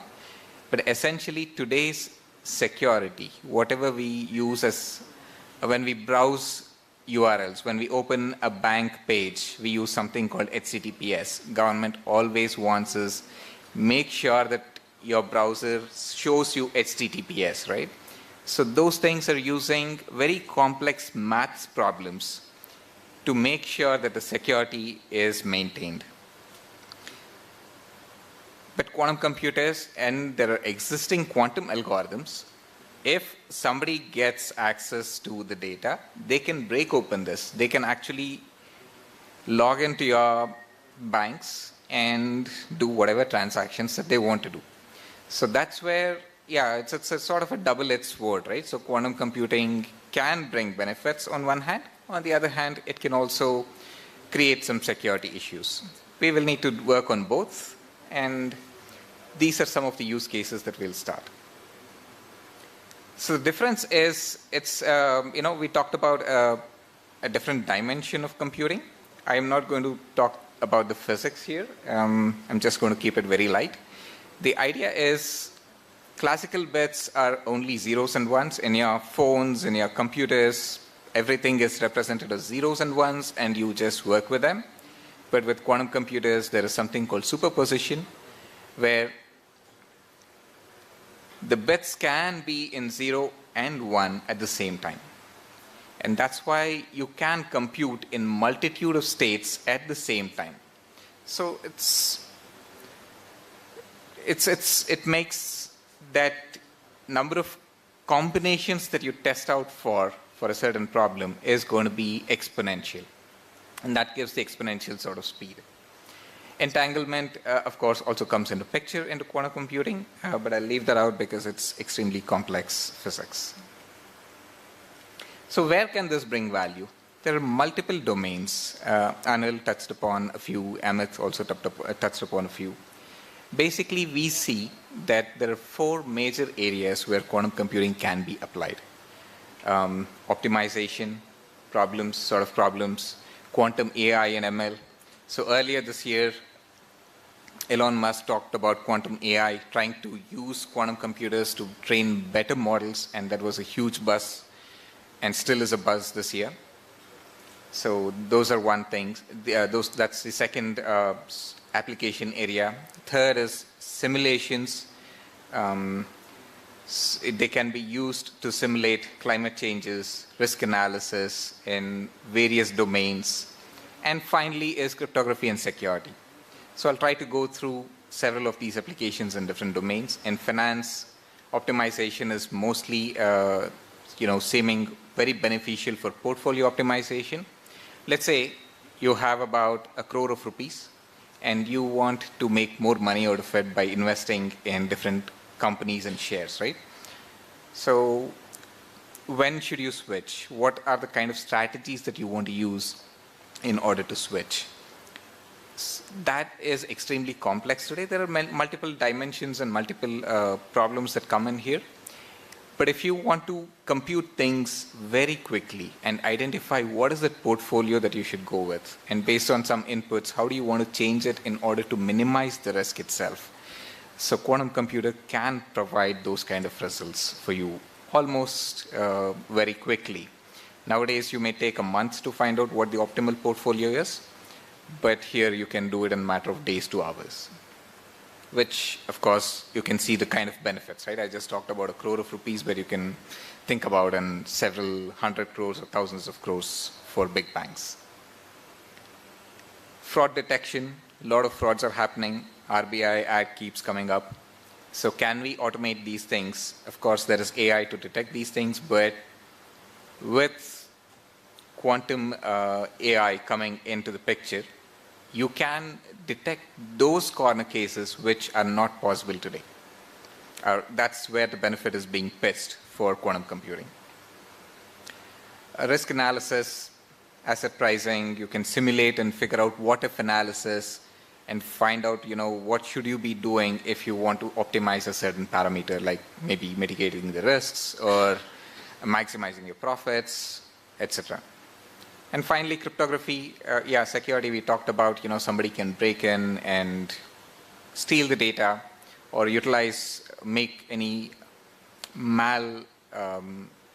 operations on banking or financial sector. So we also have to realize that financial sector is a critical sector, right? So you don't want it to break. You want to secure it. So there are many solutions. Some, what Anil showed about, Killa, where you are trying to use a quantum cryptography sort of a solution. But there are also classical solutions like post-quantum cryptography, which can secure the pipe and make sure that you're not vulnerable to such attacks. So similarly, quadrants can be drawn for manufacturing. You can imagine complex problems. For example, if you have a car assembly line, you will have n number of machines going through a pipeline, starting from chassis creation to engine integration to other luxury fittings and so on, right? So it's a pipeline that happens. But a car manufacturing plant is not going to do only one car. There are going to be multiple types of cars that it's trying to manufacture, and there are going to be multiple customizations nowadays that customers want to have on their cars. So in order to make things very efficient, you will need to optimize the way you're using machines. So every day that you save in delivering a car will actually make a huge amount of benefit for the car manufacturers or the OEMs. I just talked about car, but you can imagine for all kinds of heavy industries or other manufacturing places, applications that could be there. So similarly, batteries, finding out better battery materials. We are all moving to EVs. So of course, finding better battery materials, how they behave, how can we optimize charging, how can we extend the ranges of these batteries itself to operate, are very crucial things as we move into a new era of EV and beyond. And of course, today we are working with lithium. There may be other materials which may even provide better battery materials than being dependent on other countries which provide lithium, right? So discovery of these materials are very important. Same way as insurance, oil and gas, healthcare and life sciences, they've been talked about, so I'm not just going to bore you with similar things, but essentially quantum has a lot of applications where it can bring a lot of value, and that's what we believe in. So we talked about security as well. So how are we trying to do this or trying to help our clientele with this one is we see that every organization is going to go through these three phases. Awareness, where we learn what quantum is, we identify what quantum problems are, We should note that not every problem is solvable by quantum computing, or even if it's solvable, it does not bring that advantage, just as other speakers mentioned. So we'll need to identify the right problems where it can be mapped onto quantum mechanics, for example, drug discovery or battery materials discovery or portfolio optimization and so on. And then is the preparedness. Okay, now I've identified what is the next step that we'll have to do. We'll want to experiment and identify which are these, whether these use cases identified are going to play out the same way. And once you have done that, the next part is to actually scale it up to a value, right? So that's where you'll really see the value, where you have optimized your manufacturing unit or you have optimized your portfolio and so on. And these are some of the things that typical services that we are building around in LTI Mindtree to help our customers go through the quantum journey, right? It's not an easy one, but it's a crucial one that most enterprises will follow. So the way we are trying to do is build strong capability where we have a strong quantum workforce, have researchers, have people who really understand what quantum means and how current problems can be mapped onto that. Second part is integrated quantum ecosystem, work with players like IBM, with startups that are going to be developing and working on quantum technologies. Collaborative engagements, go to the end customers who really have problems, take the partners along with us, and work with them to solve real-world problems that we talked about. And what we are trying to do is translational research. While IBM and IIT Madras here, I'm just taking these examples, but there are many more universities and academia which are working on fundamental problems.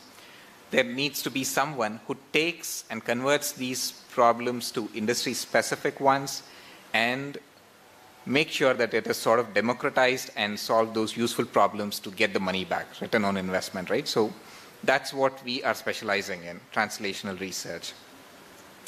And this is where exactly Amravati Quantum Valley sort of fits in, because it is going to contribute to all of these 4 boxes. It is going to enable stronger capability. It is trying to build quantum-ready workforce that could be hired, right? So when quantum computers are going to be prevalent, we would need a lot more people than handful. So having that quantum-ready workforce is important. That's one thing. Ecosystem, of course, there's going to be an ecosystem of startups and other companies that are going to be around here where we can partner with in order to do this. And we will work together in order to co-innovate, do the translational research, and take it to our clients with these collaborative engagements. So that's what we are trying to do here, and we'd be very happy to work together with Amravati Quantum Valley in these regards. With that one, I will end my talk and not hold you back for your lunch. Thanks.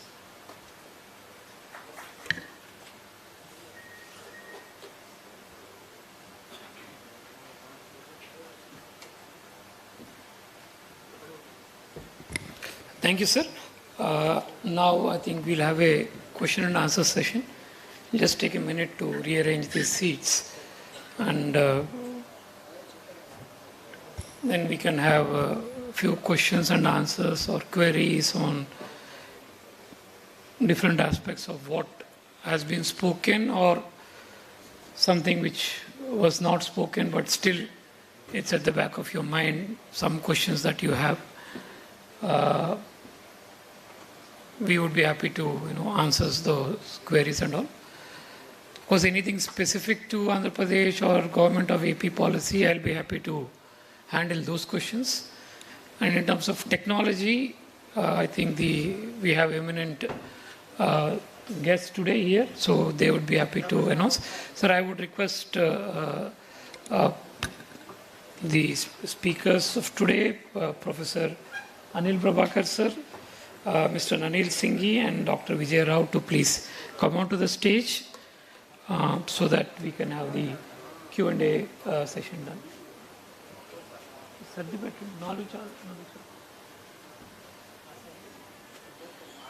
do it quickly. Yeah.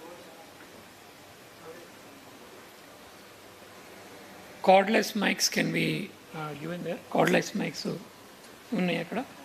So 3-4 people can be there with cordless mics, and then that can be done. Yeah, please, sir. So we didn't anticipate this thing to obstruct it.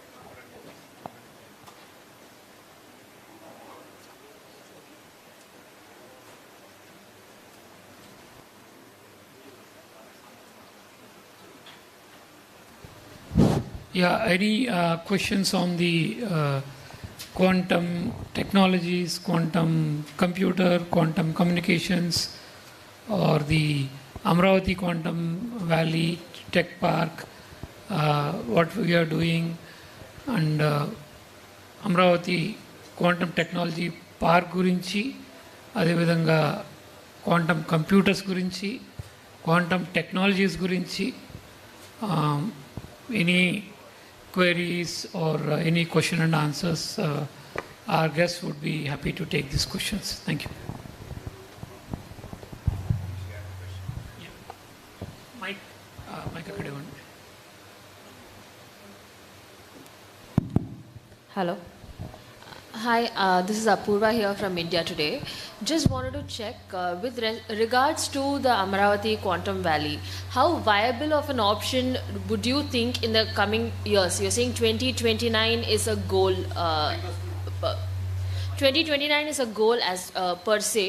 So in these years where you're error correcting and everything, how viable do you think this Amravati will be an actual ecosystem to build and develop for your possible next vision for 2029?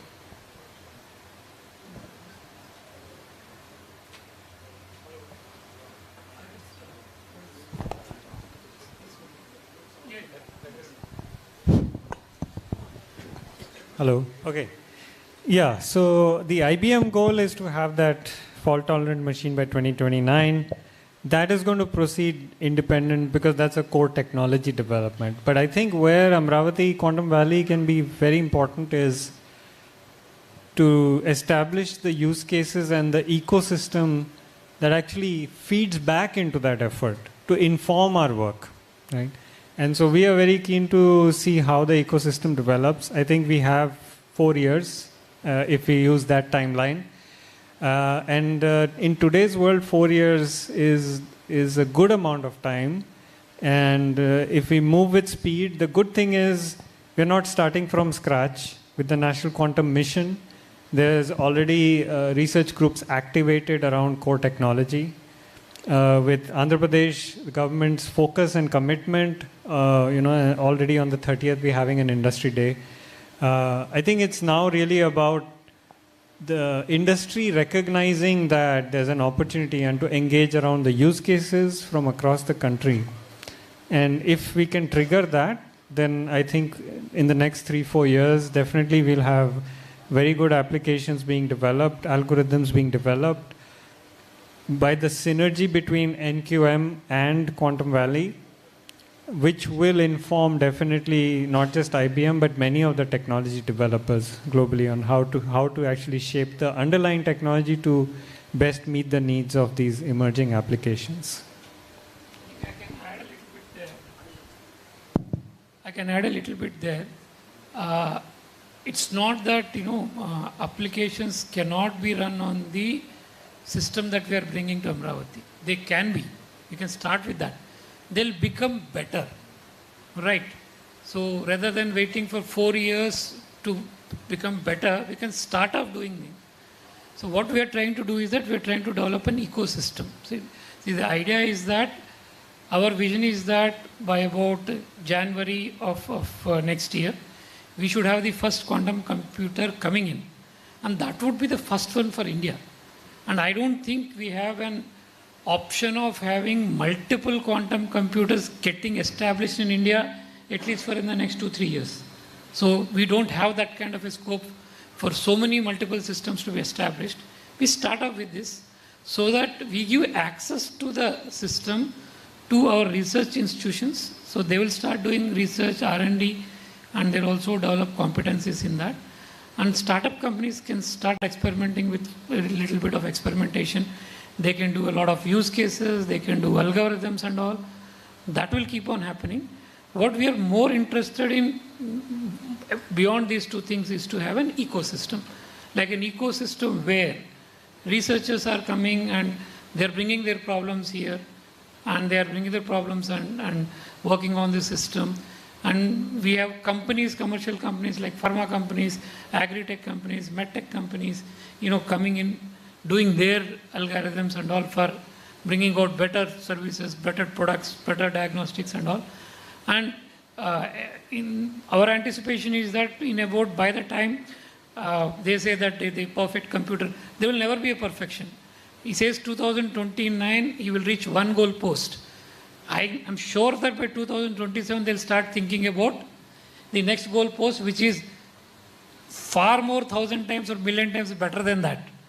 So let us not get into that, let's have a perfect product to start doing that. So what we have today can actually solve a lot of current problems. What they are suggesting is that the system which will come will solve a lot of future problems also. But as on date, a lot of the quantum system that they are trying to bring here, we are going to put it here. Definitely drug discovery would be possible. Few new drugs can come with that. Maybe after 2029, we would be able to do it better. So rather than waiting for that, we want the ecosystem to do. The grand vision of the government is that at least 90,000 to 1 lakh people working out of Amravati, Quantum Valley, developing new algorithms, new products, doing hardcore research on that. It's not that we are only doing it in isolation. The facility would be available for our research partners, all government research organizations, corporate entities and all. We want the entire ecosystem, corporate, government, private, everything to grow. So I think that should answer your query.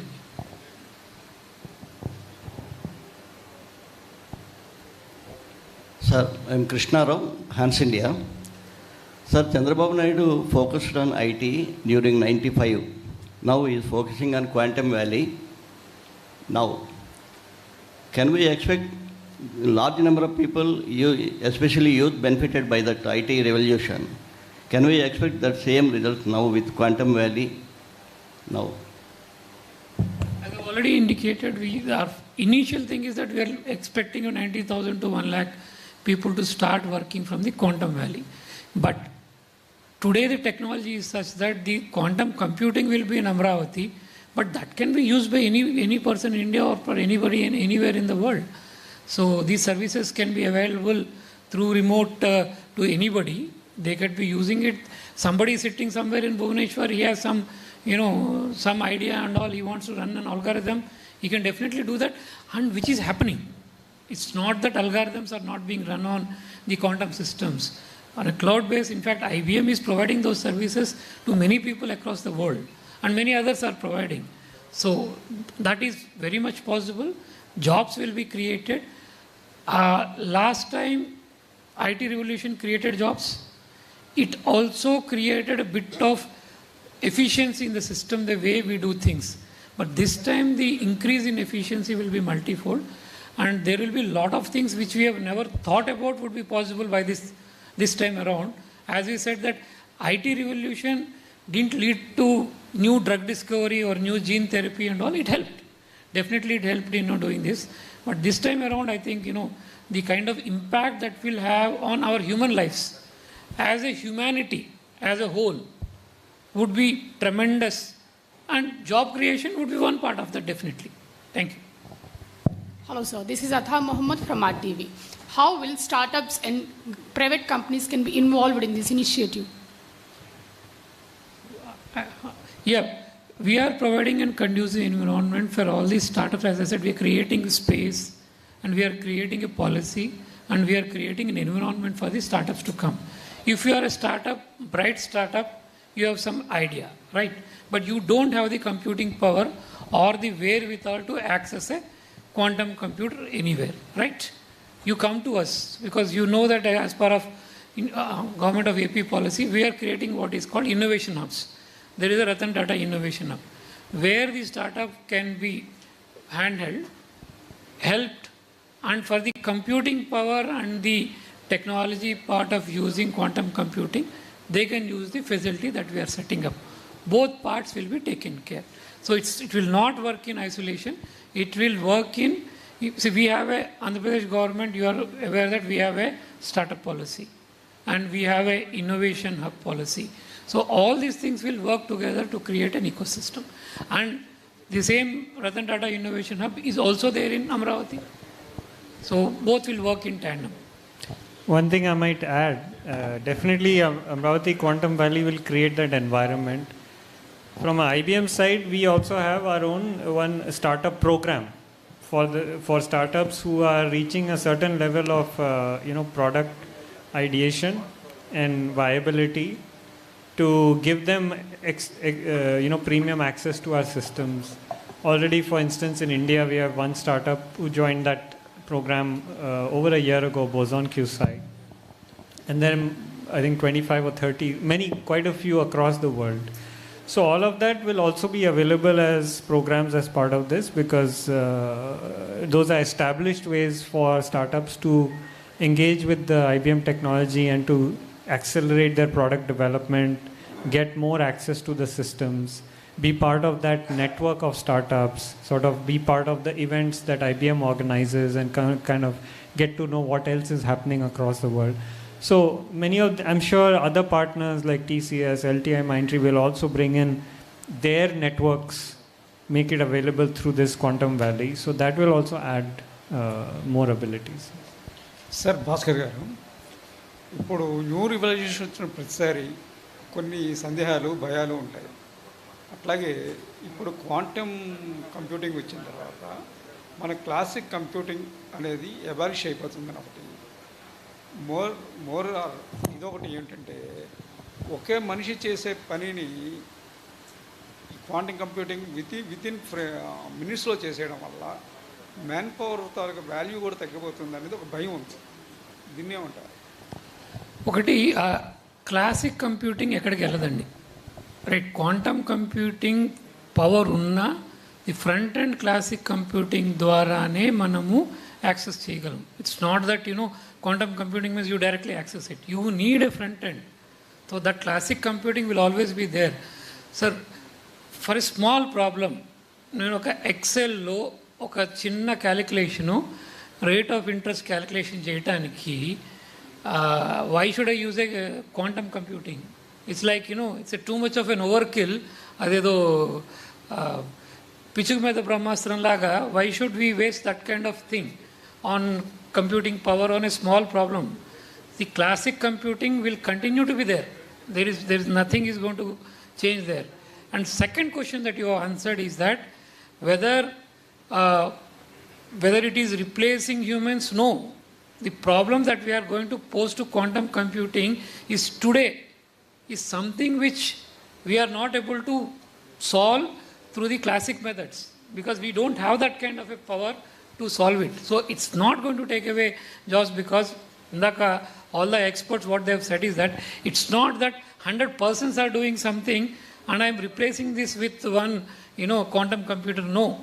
In fact, I am trying to solve a problem which normally we are not able to solve at all. It is not in our horizon. It is not in our thinking process. This is beyond that. Something like that. So quantum computing taking away jobs and all, I don't think that's a correct argument at present, because this is something beyond. This is beyond something what we are classically doing. It's not going to take away jobs per se. In fact, it will definitely create a large number of jobs in the very specific niche area. That is going to happen. And very highly experts on that area will come out. Sir, a follow-up question. How do you think it is possible for the industry at present to introduce quantum, introduce quantum into solving real-life problems? Like, is that a thing that can be very doable in the near future? They've already started doing that. Large companies are doing that. Already drug companies are doing that. They're studying the human specific medicines suited to a specific individual are getting created as we speak. This is already happening. New materials are being, just now our speakers gave a very specific example in Japan. The ferrous sulfide and all. These are happening. As we speak, they are happening. See, we put a quantum computer in Amravati or not, the world is going to move on. Nobody is going to wait for us. Things are going to happen. But we are taking advantage of that, taking a first mover advantage, having the systems here, so that, in fact, the second highest usage of IBM's quantum computing are Indians. That means our people are already using it and our people are already getting trained on it. So it's not that, things are not happening. Things are happening. We are facilitating it. Now what they are doing is that they are using a cloud service, going to a cloud service facility and then running their algorithm on that. Now we have a better availability of that. They can continue to use that. In fact, the system that will be put in here will be accessible to other people. They do not physically come here, but it is accessible to any people. Please understand the ecosystem we are creating. Today in Andhra, we are creating huge data centers. That means data storage would be many times multi-floored. Then we are getting the undersea cables landing here. That means the computation power of the quantum computing, the traditional data storage and the traditional data exchange systems and all will work together and we can provide services to the entire world. One example was that fraud detection. Indian companies can provide these fraud detection services to all the clients in the world and really make a lot of revenues for us. That is possible because the entire ecosystem is getting built. You have the storage, you have the communication built in, and you have also the computation power coming in. The opportunities are tremendous. Avinash Pujari, this side, from Press Trust of India. My question to you is to Nini Bhaskar sir. Sir, how does your Amravati Quantum Valley, quantum compounding, it aligns with National Quantum Mission? It is absolutely in line with the National Quantum Mission vision. The National Quantum Mission also talks about the same thing. And our state quantum mission, our Amravati Quantum Valley, is in line with the same goals and all. The National Quantum Mission also talks about having the quantum computing system. It talks about building new hardware, building quantum computers in the country, and then building algorithms. In fact, recently National Quantum Mission has given a challenge of, algorithms. So they have given out this thing that, see, companies or people can pose problems or algorithms required, and companies or individual can actually come out with solutions. So this is all part of the same ecosystem that we are talking about. So our research institution, once the national, our system is there, IIT Chennai, IIT Madras, IIT Mumbai, and other research institute, ISER, IIC, everybody can latch onto the system and can run their algorithms and all, and can do research, R&D. In fact, we expect that all our research institutions, higher education institutions and all, will start doing a lot of R&D and research on the chips for quantum chips, quantum communication, and cyber security, quantum, using quantum technologies and all. This will really take off. Last question from my side. IBM is supporting you, TCS is supporting you. Are you looking forward to the foreign companies as well to support you in your mission or vision? IBM is a foreign company, right? No. Apart from it, sir. So the issue here is that very few companies have the technology. It's not that this technology is available with every company. I think only a handful of companies, maybe in a single digit number, have these technologies, right? So we are working with them. Definitely, that is the first part. So we'll work with them. And maybe 5 years, 6 years down the line, we have a large number of companies, and we may have homegrown companies coming in. But the first set of companies that will come out of India would be the companies using the quantum computing to create algorithms and create new products and new services using the technology. That would be the first spin-off that we will see. Slowly the market will mature to say that we will have Indian homegrown companies building, companies and all. But you know the story. India has not been very strong on hardware. But we have always been very strong on the software part of it. So let's hope that this time around we have a mix and match that, on the hardware part of quantum technology also, we do substantially better, this time around. That's all.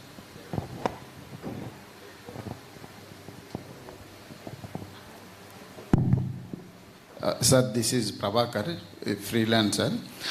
Sir, how this quantum technology is useful for reducing the poverty?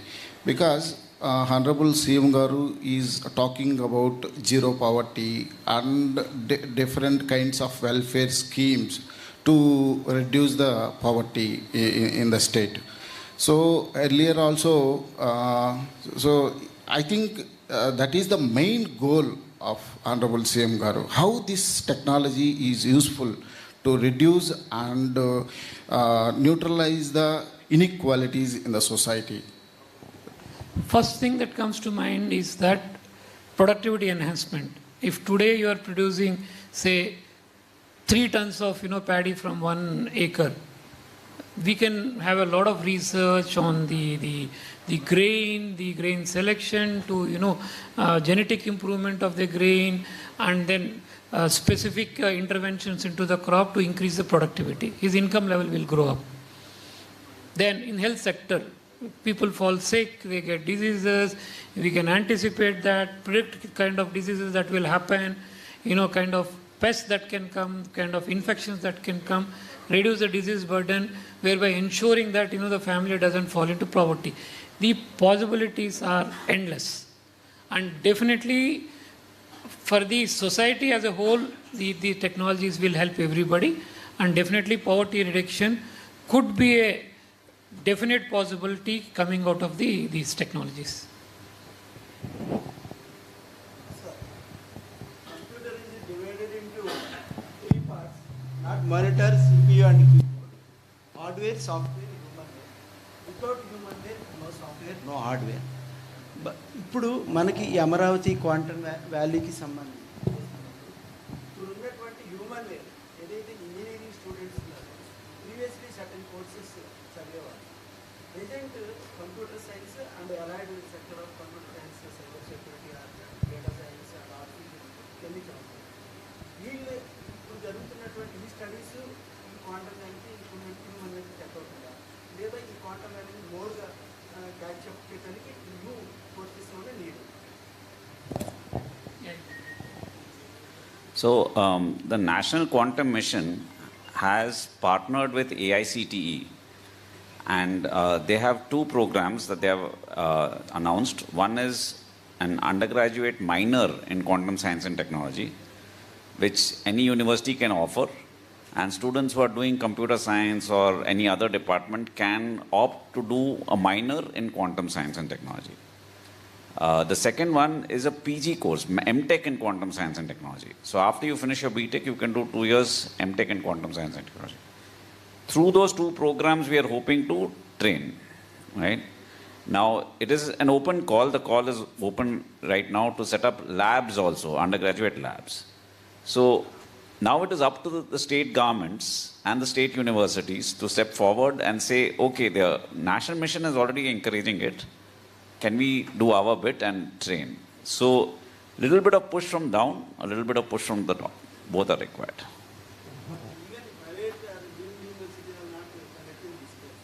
No, it is AICTE approved.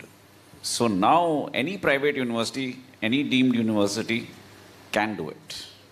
Right? It's starting in August, I think. So we are maybe 2 months away from being able to do it.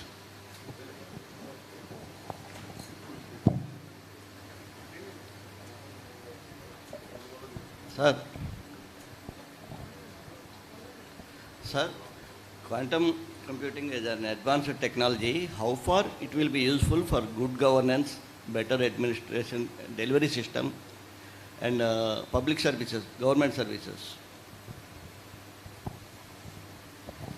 Right, let me try this. I don't work for the government, so I can always say anything.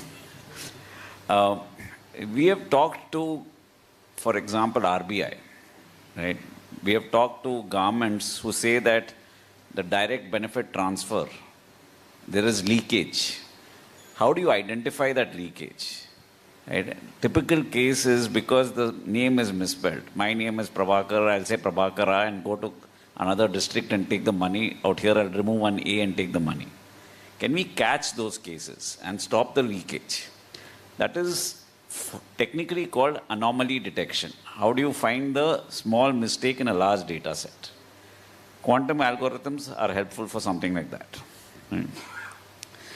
In terms of governance, there is an optimization problem. I have limited resources and I have to supply it to many people. So if you look at public distribution scheme, how should I send my trucks? Where should I go downs be? That public distribution scheme can be optimized, right? Countries are using it to optimize movement of trucks, movement of ships. All of those can be optimized, and that all comes from good governance. It all reduces petrol consumption, it reduces traffic. So those good aspects help the government provide better services.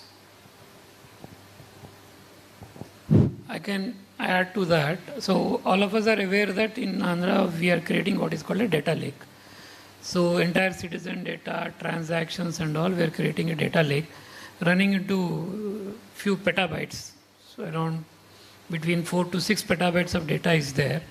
With this kind of technology available, analytics can be run very quickly. So otherwise it takes a couple of days, which could be done in a matter of few minutes for any decision making. And the real meaning of real-time governance can come in, where that huge data set we can do quick analysis and give a result out.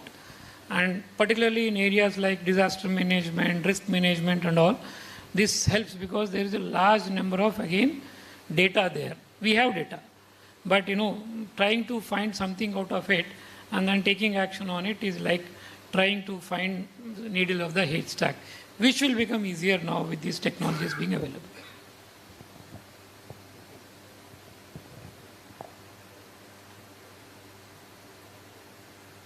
Oh, so there are no further questions. Then thank you and thanks for coming here. And then, in fact, I've asked the PRO to share one note that we have prepared here, 6-7 pages note. It's basically, tries to give a lot of factual data regarding the Amravati Valley Park and in relevant areas of that for your usage for preparing your, press, pointers and all. So thank you for joining us here. I hope, we were able to clarify all your doubts. This is a little technical subject, but not so difficult that, we can, understand it so that it reaches the general public, so that the common public should not think that this is something not relevant for me. In fact, quantum technology is relevant, is going to be relevant for everybody. For even the smallest of the person, somebody calling him and, cracking his password and taking away 500 rupees. From that to, the largest of, insurance companies using, the analytics here to target specific persons for specific products, which is possible. Today, we are overpaying. So if you know the entire database of vehicle database, accidents, persons, their life history, their medical database, everything and all, probably the insurance cost for that vehicle can actually come down very low. That's one public good I see coming out of these kind of technologies. Today we are overpaying because the risk is too high for the company. Company doesn't know. So you are driving rashly, I am driving okay, he is driving moderately. But the company doesn't know. So it will charge all three of us the same money. But if I am driving perfectly all right, I should get that product at a very lower rate. That's the kind of benefit I should come. So with so much of data crunching possible through these technologies, I think it will make life also easier for a lot companies, individuals and all. We can get a lot of products at a lot of cheaper cost also, both services also.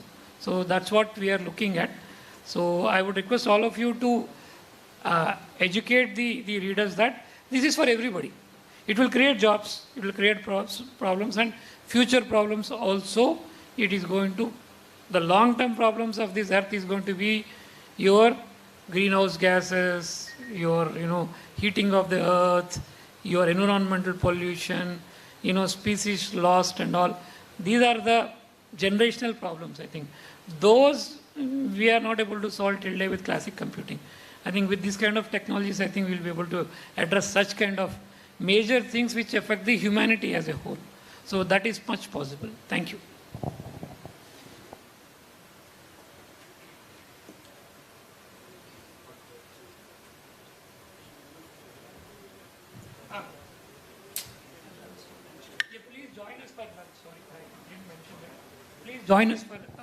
Please join us for lunch, so we can have a lunch and then we can. Thank you.